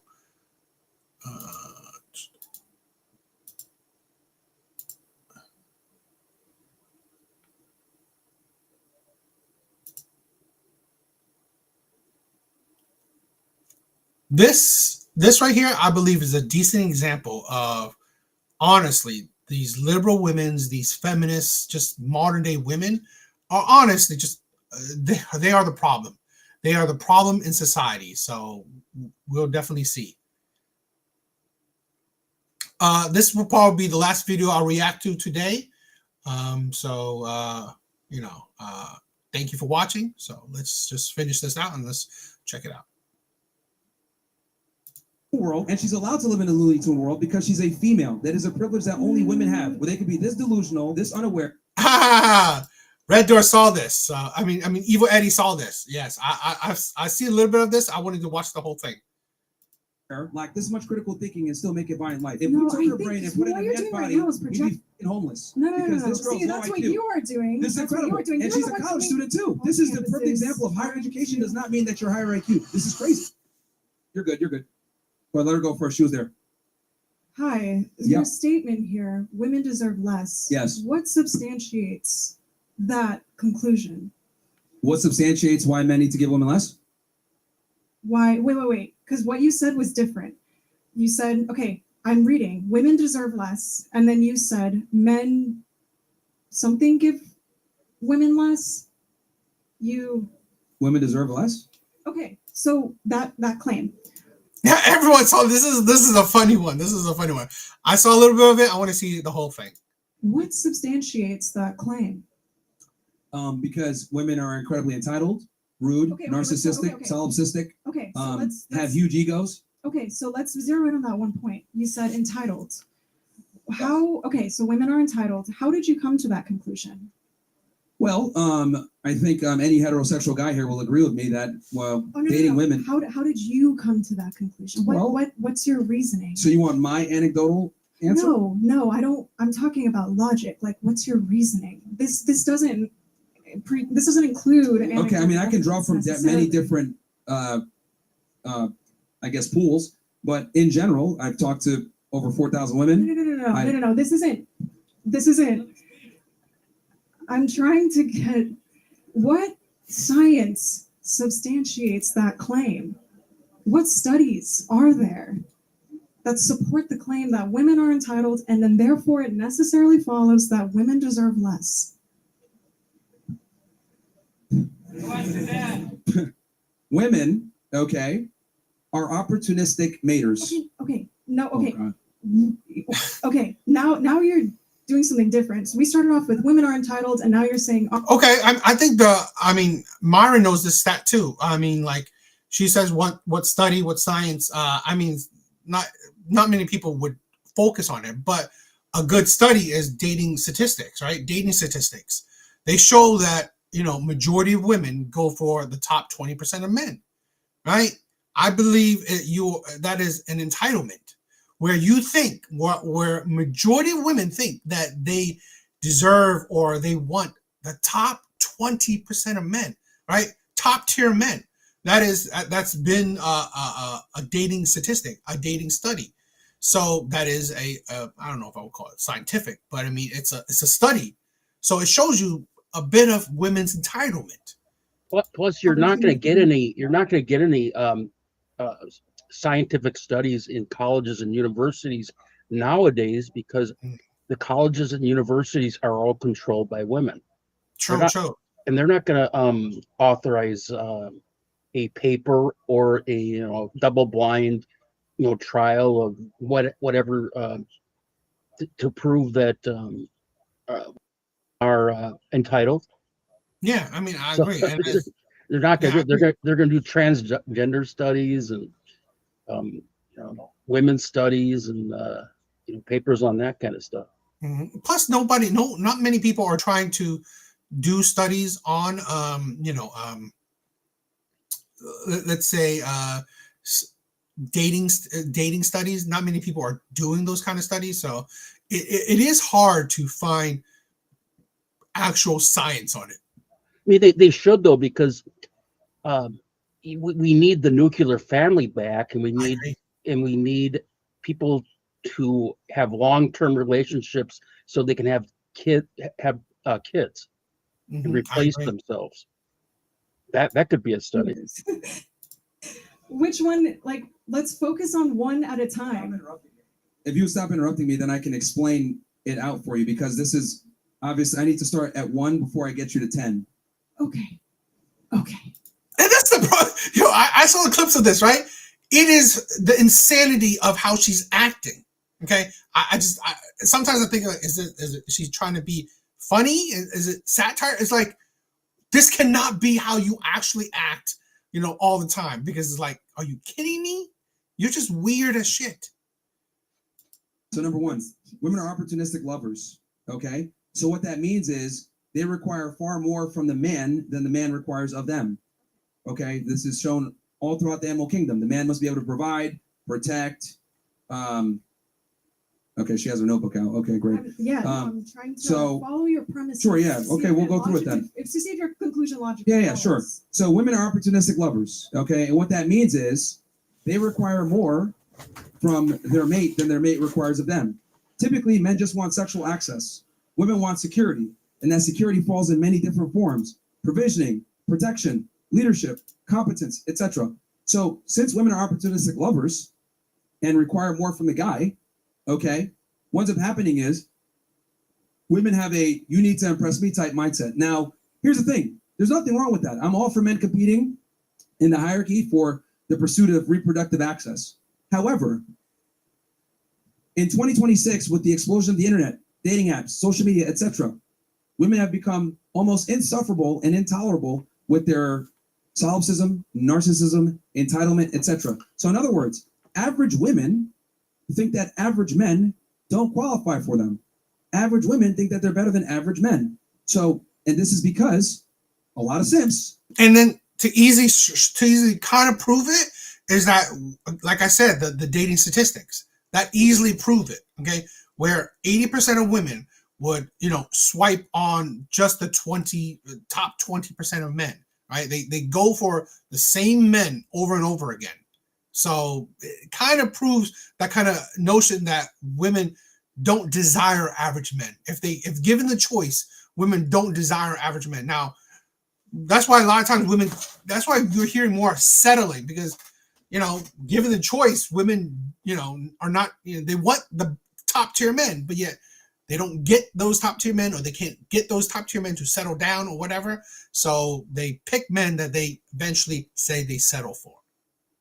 Blow smoke up women's asses thanks to the internet, and this has them going out thinking that they demand or want the best guy, because also, since we live in what I call a globalized sexual marketplace, women have access to higher status and more attractive men.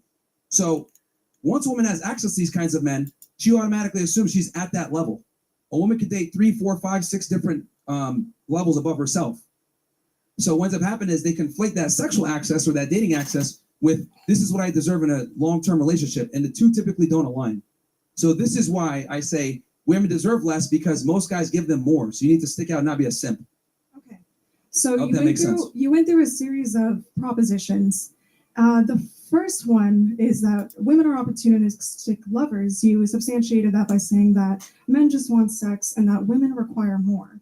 Now let's examine what that means. So saying that women require more and that men only want sex, they only require sex, that is the basic. It is the predominant thing we look for. Saying that it is so now you're making a universal claim for all men that women. No, this is the problem. This is the problem with like a lot of feminists or women's argument. When men talk, they're not usually talking about all, right? How women are so wired to think about this. If you're not talking about all, you're talking about like individual. No, you could talk about general. You can talk majority. You could talk. It's like a lot of times it's easier to talk about the majority because there's so much nuance. There's so much variations. If you talk about the individual, so that's why when men talk, particularly online, it's easier to just talk about the generalities, right? You could say most women like taller men. You can't say all women like tall men. That's not true at all. You can't say very few women like tall men because, to be honest, you see dating statistics have shown that women would swipe more on taller men. So that's why it's a better medium to just say in general. But a lot of these women think that, okay, if you're talking about all. No, because it's ridiculous to talk about all people because there's so many variations. But a lot of times these women try to destroy your argument because they say that you talk about all people. No, you're not talking about all people. Like men just want sex. No, that is the predominant reason we talk to women in the first place. So if women didn't have vaginas, we would not talk to you guys. Okay, you do that because most women are insufferable and annoying. No, so most guys would not talk to you if you didn't have a vagina. Great, so that reason. And that's the God honest truth. Just wow. I'm listening, but I'm just being real with you. Like men typically only deal with women for sexual access. That's it. Cool. So maybe men who reduce women to sexual objects do that. Though it's not necessarily the case that all men do that. There are men who do talk to women because women do offer friendship. They offer. No guy wants to be friends with women. Most guys sit in the friend zone because it's a strategy to try to get laid later. So you don't do that. I'm sorry? So you don't do that. And so whether I do it or not is irrelevant. What I'm saying is that when guys have like allegedly platonic relationships with women as friendships, they typically have ulterior motives. They want to get laid. So being friends with women has no benefit for a man at all. Very little. Unless like she has some type of like situation where she can assist him or whatever, but in most male-female friendships, men derive almost no benefit from that friendship. What about gay men who are friends with women? I'm sorry? What about gay men who are friends with women? They don't count because, well, they don't even hang out with women a lot of times. Well, so why don't they count? Gay men, why don't they count? Gay men who are friends with women, why don't they? Well, to keep the conversation like concise, heterosexual men typically don't derive benefit from being friends with women. Okay, so it's 3:01. Do you want to keep going? What was that? It's 3:01. Do you want to keep going? Can we finish at least this one? Okay, we'll finish this. We'll give you. So you're the last one. So Okay. Go ahead.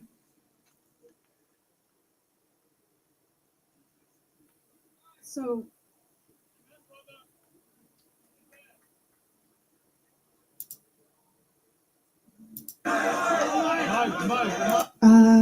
I guess we were on the topic of platonic friendships and how it doesn't work out for men's favors.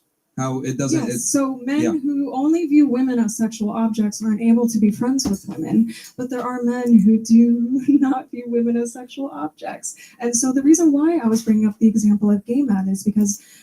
Now I will say this, right? I don't think any heterosexual man don't view women as sex objects. Now they can view women as more than just sex objects, but I can't believe that there's no that I mean if not all heterosexual men view women as sex objects. More, they can view women as more than just sex object. But if you take out the sex, I definitely agree that there's not that much of an incentive to get to know women. Now, I also disagree with Myron that yes, I think there are plenty of men that would just be friends with women. Now, the same type of men would, if you given the chance to have sex with them, I mean, they probably would. There's a high chance that they would have sex with these women, if they're not in a relationship themselves. So, there's no absolutes. Yeah, that's if that's the problem with having a girlfriend, you got to talk to them, right? Because most women aren't very interesting. They don't have very interesting conversations because most women they talk about gossip.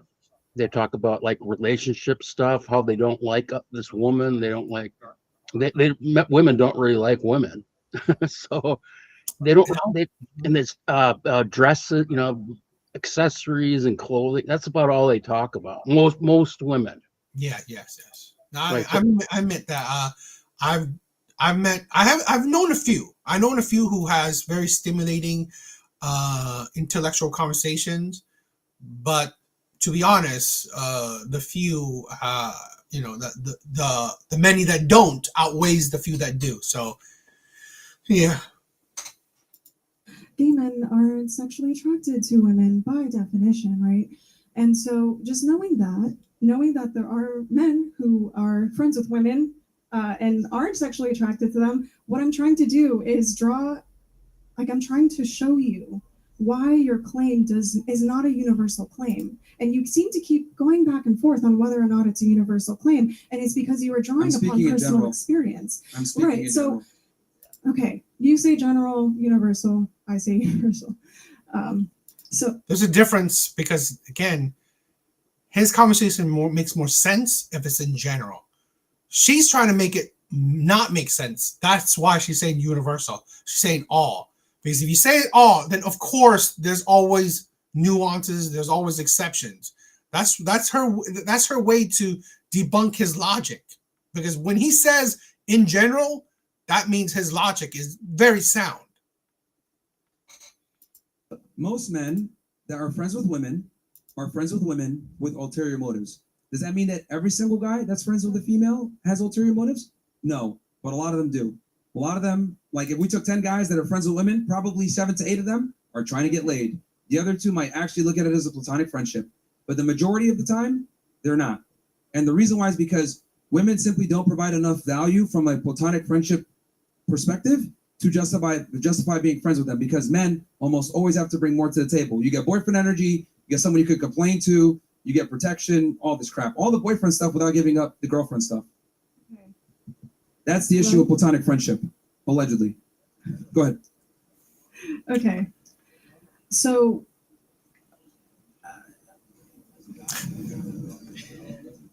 Stumped, I guess. what? No, it's not that I'm stumped. It's just that what you are saying logically does not. It makes perfect sense logically. Men want to fuck, To your mind, for men who only view women as sexual objects and they only value women insofar as the women can provide some kind of sexual satisfaction for the man, sure, then your view applies. But what I'm saying is that your view does not apply broadly. Like It actually for does. all men. Okay. Okay, So what are human beings put on earth to do? have fun and live. And Okay. What the hell? Human beings are not put on earth to have fun. This is such a women's mentality. They think so much in happiness. They think so much in fun. They think, to be honest, I believe this is because of women. We have such a debaucherous society, in my opinion, because women are the big pushers of a sexual revolution. So absolutely idiotic. with our friends. Let's translate the womanese. have sex and have kids, right? Okay, So, that's what you think yeah, because okay. you know what that means when are- girls say that. So we're put on earth to have sex and have kids. Like that's why we're here, right? So the man's sexual urge is extremely strong. Okay, you're a female, so you might not understand it, but testosterone makes you horny all the fucking time. One of the main reasons why men deal with women in the first place is for sexual access. Yeah. Now, some guys go through this surreptitiously, pretending to be your friend. Oh, I'm here in your corner. But the reality is they want to have sex, and that's their mating strategy to get said sex. Guys use different strategies to try to get laid. Okay, I see that. In short, if women didn't have vaginas, most guys would not talk to you. I mean, to be honest, men and women don't really share the same hobbies. They don't really think the same. So it is true in general. What's up, big bars? I haven't seen you in a while, my brother. It is true that, men and women, we don't really share the same interests, same hobbies, same viewpoints, same ideologies. So, in general, men wouldn't benefit a whole lot from female friendship. I mean, to be honest, if a man can find another man that is a man, but he's more emotionally intelligent, practically women are useless, right? If without the sex, right? If you find you have a guy friend that is also emotionally intelligent, he can advise you on more emotional shit. You kind of just got rid of what women can do. It's odd. Exactly what you're saying. When we talk about this stuff, it's not all women. So I'm not saying all women are kind of insipid and aren't really interesting to talk to. Like I'd like if Margaret Thatcher was still alive and I had the opportunity to talk to Margaret Thatcher. I'd like to talk to Margaret Thatcher. She's pretty intelligent. No, yeah. Like I said, and like Ayn Rand, who wrote all those books. I'd like to talk to her. So it's not all women, but it's like 60% of all women aren't very interesting to talk to. No, right? I definitely agree. I mean, like I said, I mean, I've talked to plenty of well-educated women, women that has very good conversations with, but again, they don't outweigh the ones that don't. So I definitely agree. Like, could you imagine talking to this woman? I mean, she's pretty. No, she would be on my nerves. She'd give you a headache. She's like an airhead that got through university, and she's a teacher. Is that what someone said? That's what Evil Eddie said. I mean, I assume. I mean, she probably would say that she's a teacher, but I mean, yeah, I'm like, it's just how she's like overacting. It's just like so annoying. So, are you talking to me now because you want to have sex with me?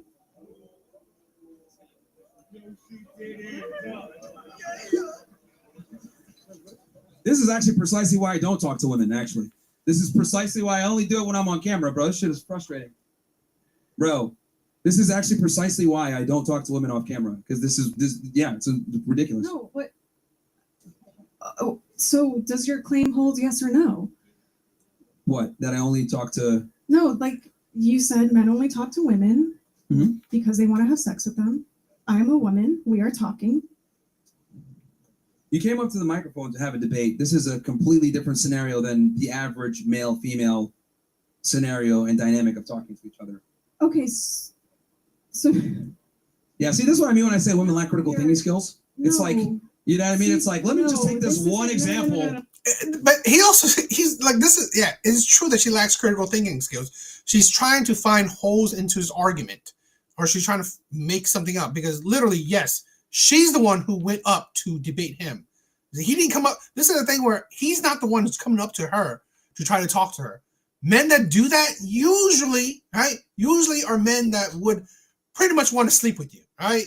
Now, if they become friends with you, it's still the premise is still a chance to sleep with you, right? Men make the opportunity. Men take the initiative to talk to you, to get to know you, because maybe they want to know you, but if there's definitely hoping a chance to sleep with you, right? 100% hoping the chance to sleep with you. Look at those two guys behind her. That guy on screen left and the guy on screen right. So the guy in the purple shirt. So if the guy in the purple shirt was a really good guy and never cheated and was hardworking, and the guy on the left was, slept around, she'd probably choose that guy on the left, I imagine, right? I mean, if she probably choose, yeah, probably Yeah. she'll probably think he's better looking. And try to use this and build my entire argument on it. No, Are you see, trying to have sex with me? No, Because we're there's- talking right look, now. It's that like because, no. What I was no. doing, that I know, I understand. Like, it's the reason why I said that is to demonstrate. Even Eddie, you have conversations with strippers. I think I might have one conversation in my life with a stripper, but it's not that often.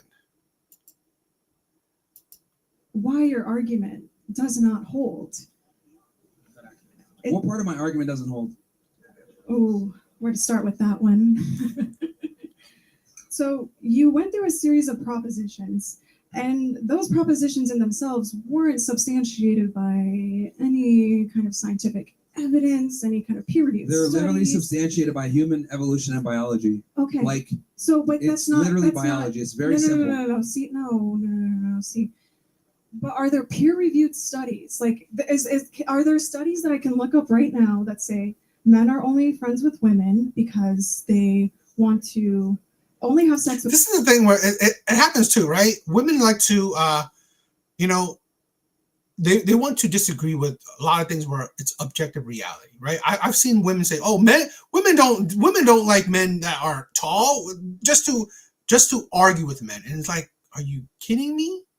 Objective reality has shown that at least majority of women, at least 51% of women, right? I believe more, would desire a tall man, would pick a tall man. Yet women will constantly say, no, women aren't that superficial. Women aren't that shallow. Women don't want just tall men. Women go for personality. Women go for personality. No, that's bullshit. So women, it's like, again, yeah, would it be great for for conversations where we have some scientific studies and scientific proof? That would be great. But to be honest, no one has done it. But still, it don't really matter, because a lot of times you can use objective reality, and this is also why it is better, because he used a general conversation, general people, right? It is true that generally, right, it is true that a general amount of women love, or they pick, or they desire tall men. It's objective reality. Or at least taller than they are. Yeah, I mean that is the very least, right? With women, and that's it. Like, but there's no, I don't believe there's any scientific study for that, and that's the problem, right? So you could technically argue against it, because where's your scientific study? If you don't have it, then what? You saying it's wrong? Again, see that's the insanity of that kind of mentality, because it is objective reality that in general women do at the very least like men that are taller than them. Yet there is not a actual I don't believe so, a actual study or scientific study on it. So you could debunk it, but that's why that kind of argument sometimes is really stupid. Men do right. If you pull up studies, it will tell you that what men look for in women is youth and beauty, which is tied to sex. So where does that come from? Well, I think there was a dating study that showed that on average, men between 25 to 40 or 50 whatever, still they pick women usually in their mid 20s, right? They find women in their mid 20s the most attractive. So there are dating studies that shows that men in general find women of a certain age bracket the most attractive out of all. Where does that desire for youth and beauty come from? I'm trying to challenge the claims that you make, that you take to be true. They're just TBD. What is up, my brother? What is up? I think men and women can't be friends without feelings eventually occurring. It's just biology, unless the woman's mad ugly. This is the thing, right? I agree to that too. I agree to that, because you got to think, if a man finds a woman attractive, right? And then he becomes friends with her. So he doesn't just find her attractive physically; he finds her attractive, personality wise. So, in all honesty, it's not surprising that he would be interested in said women.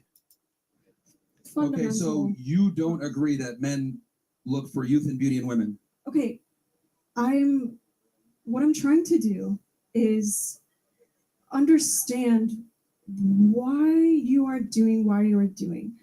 But it seems to me that based on our conversation, See, you're focusing more on me than my forth, argument. That's the issue No. here. This is why you can't formulate an argument. You're more concerned with me and my worldview versus me telling you the biological fact that men so what are you're doing interested right now in is reproduction. Okay, so what you're doing right now is conflating your worldview with what science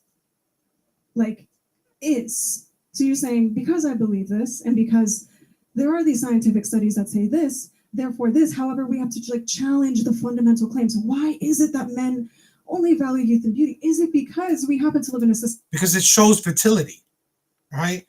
It is scientifically proven that as women age, they become less fertile.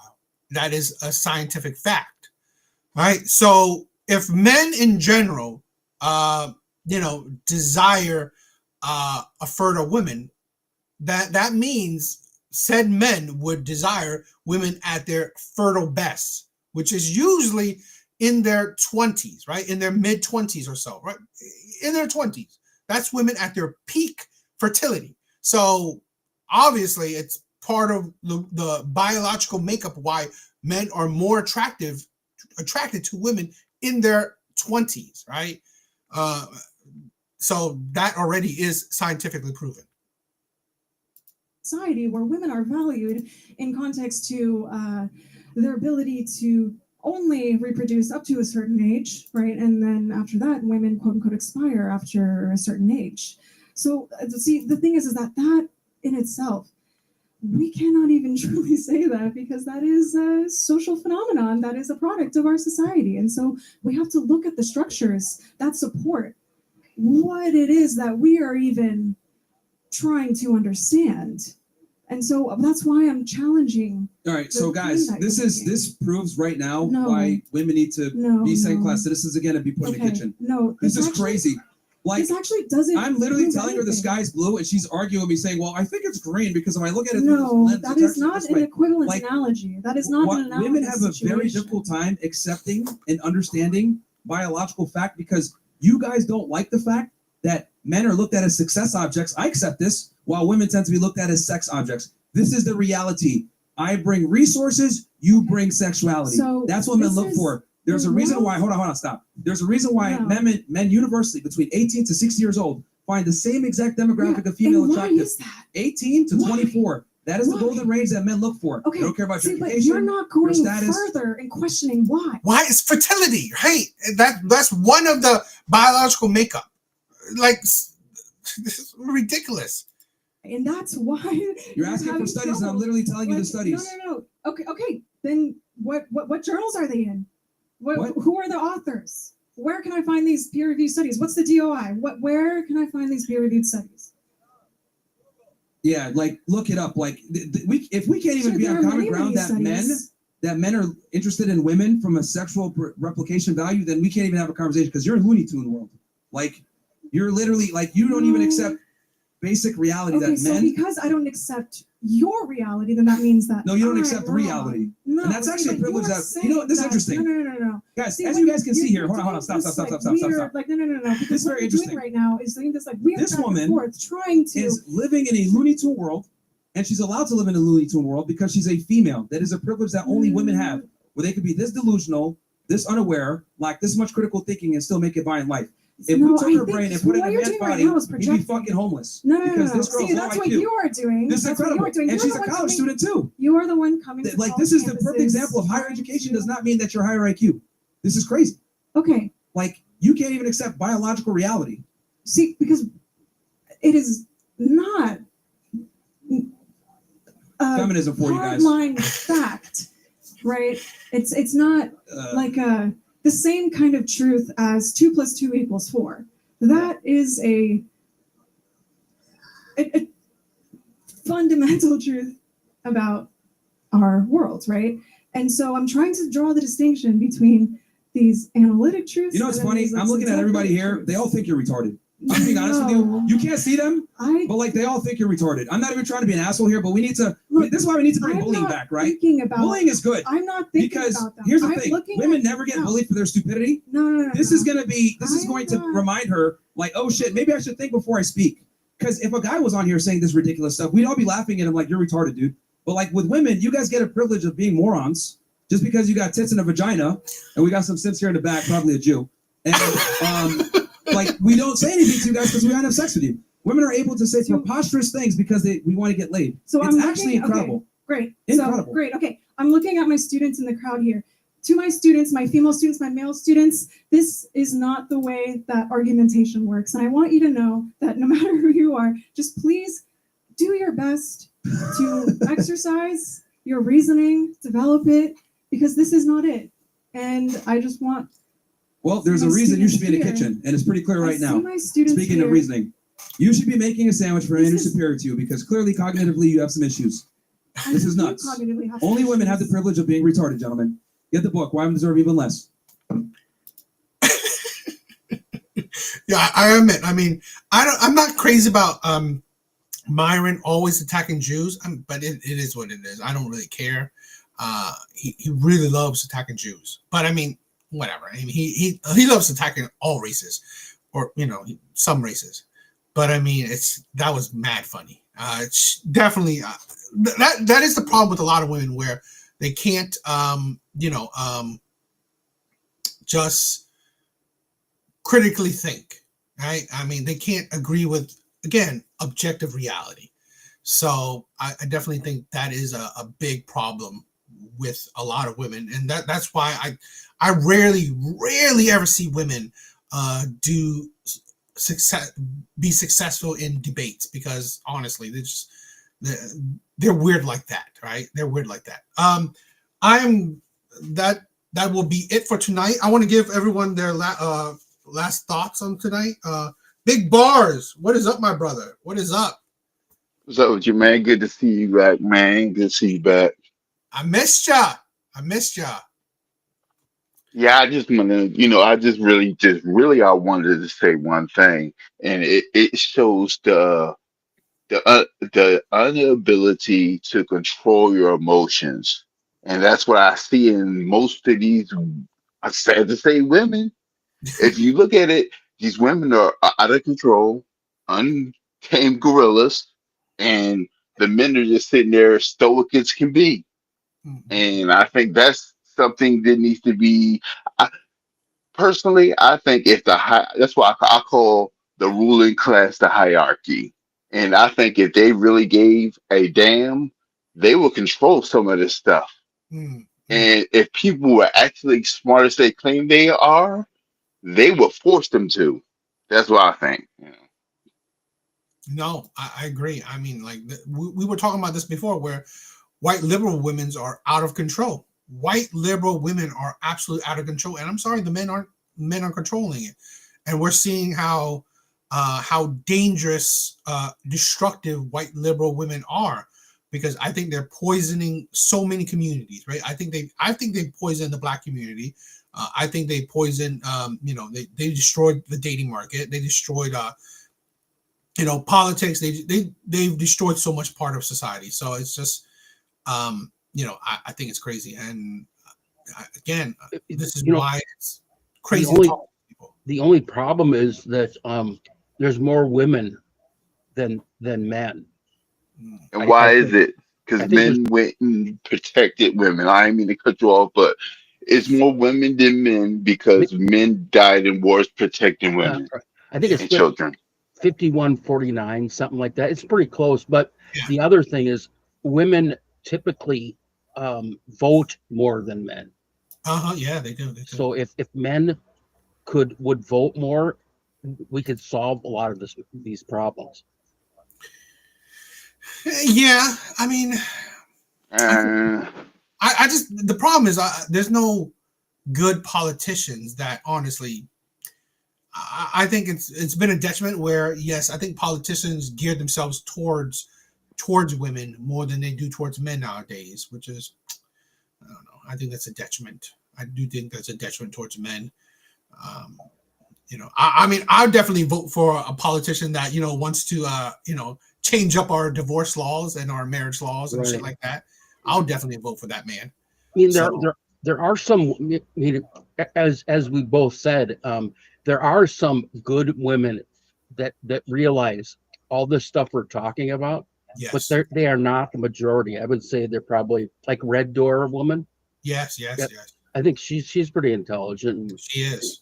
Right. So, and she would be probably willing to change some of these laws that hurt the families and all that kind of stuff. Vote for that. Vote for change.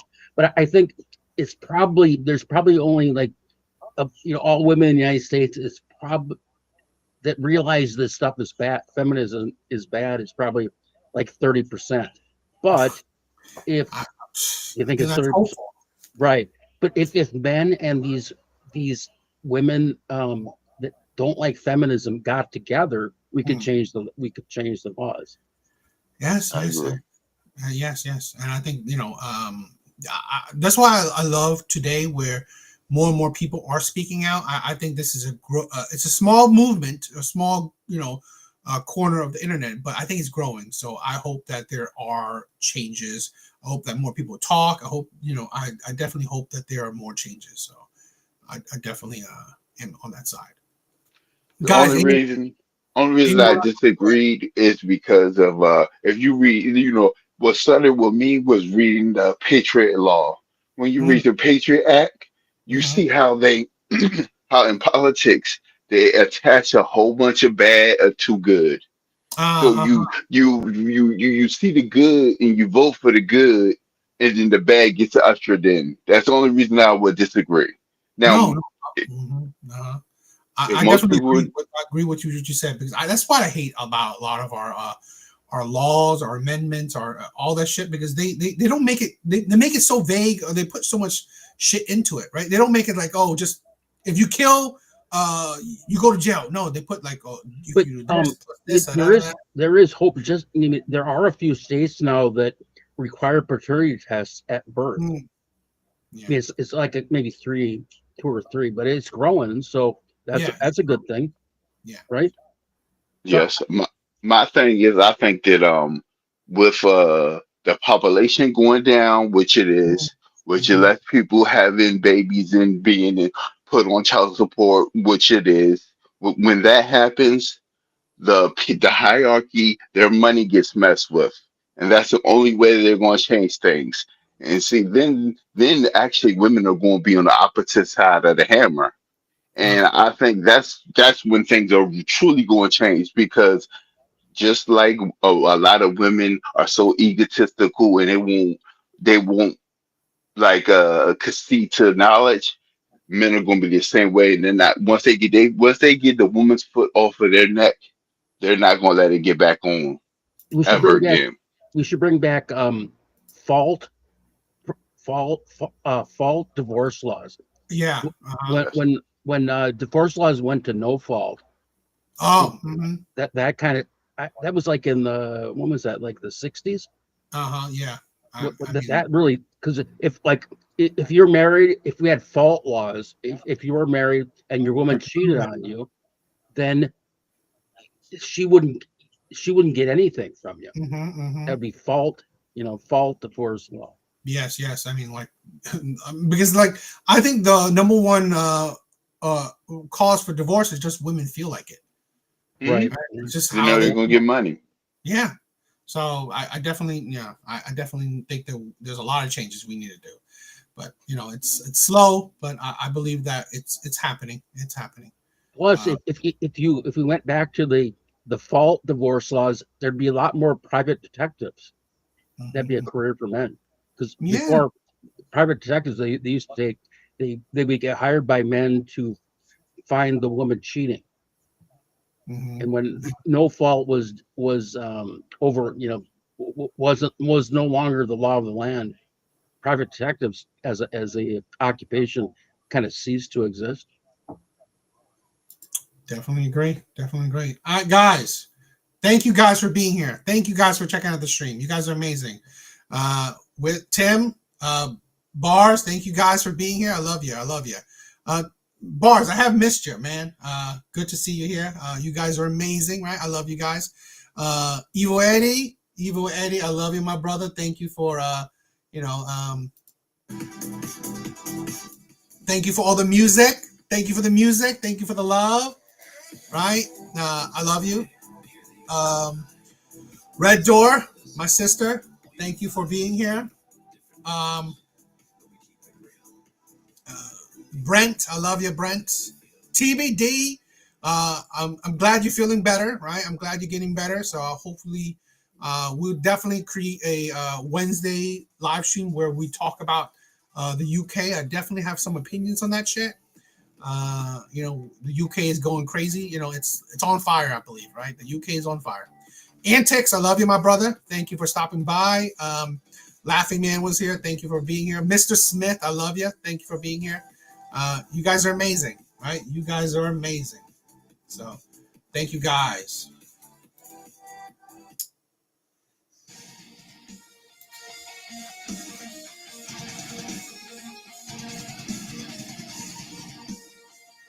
Later, guys. I love you.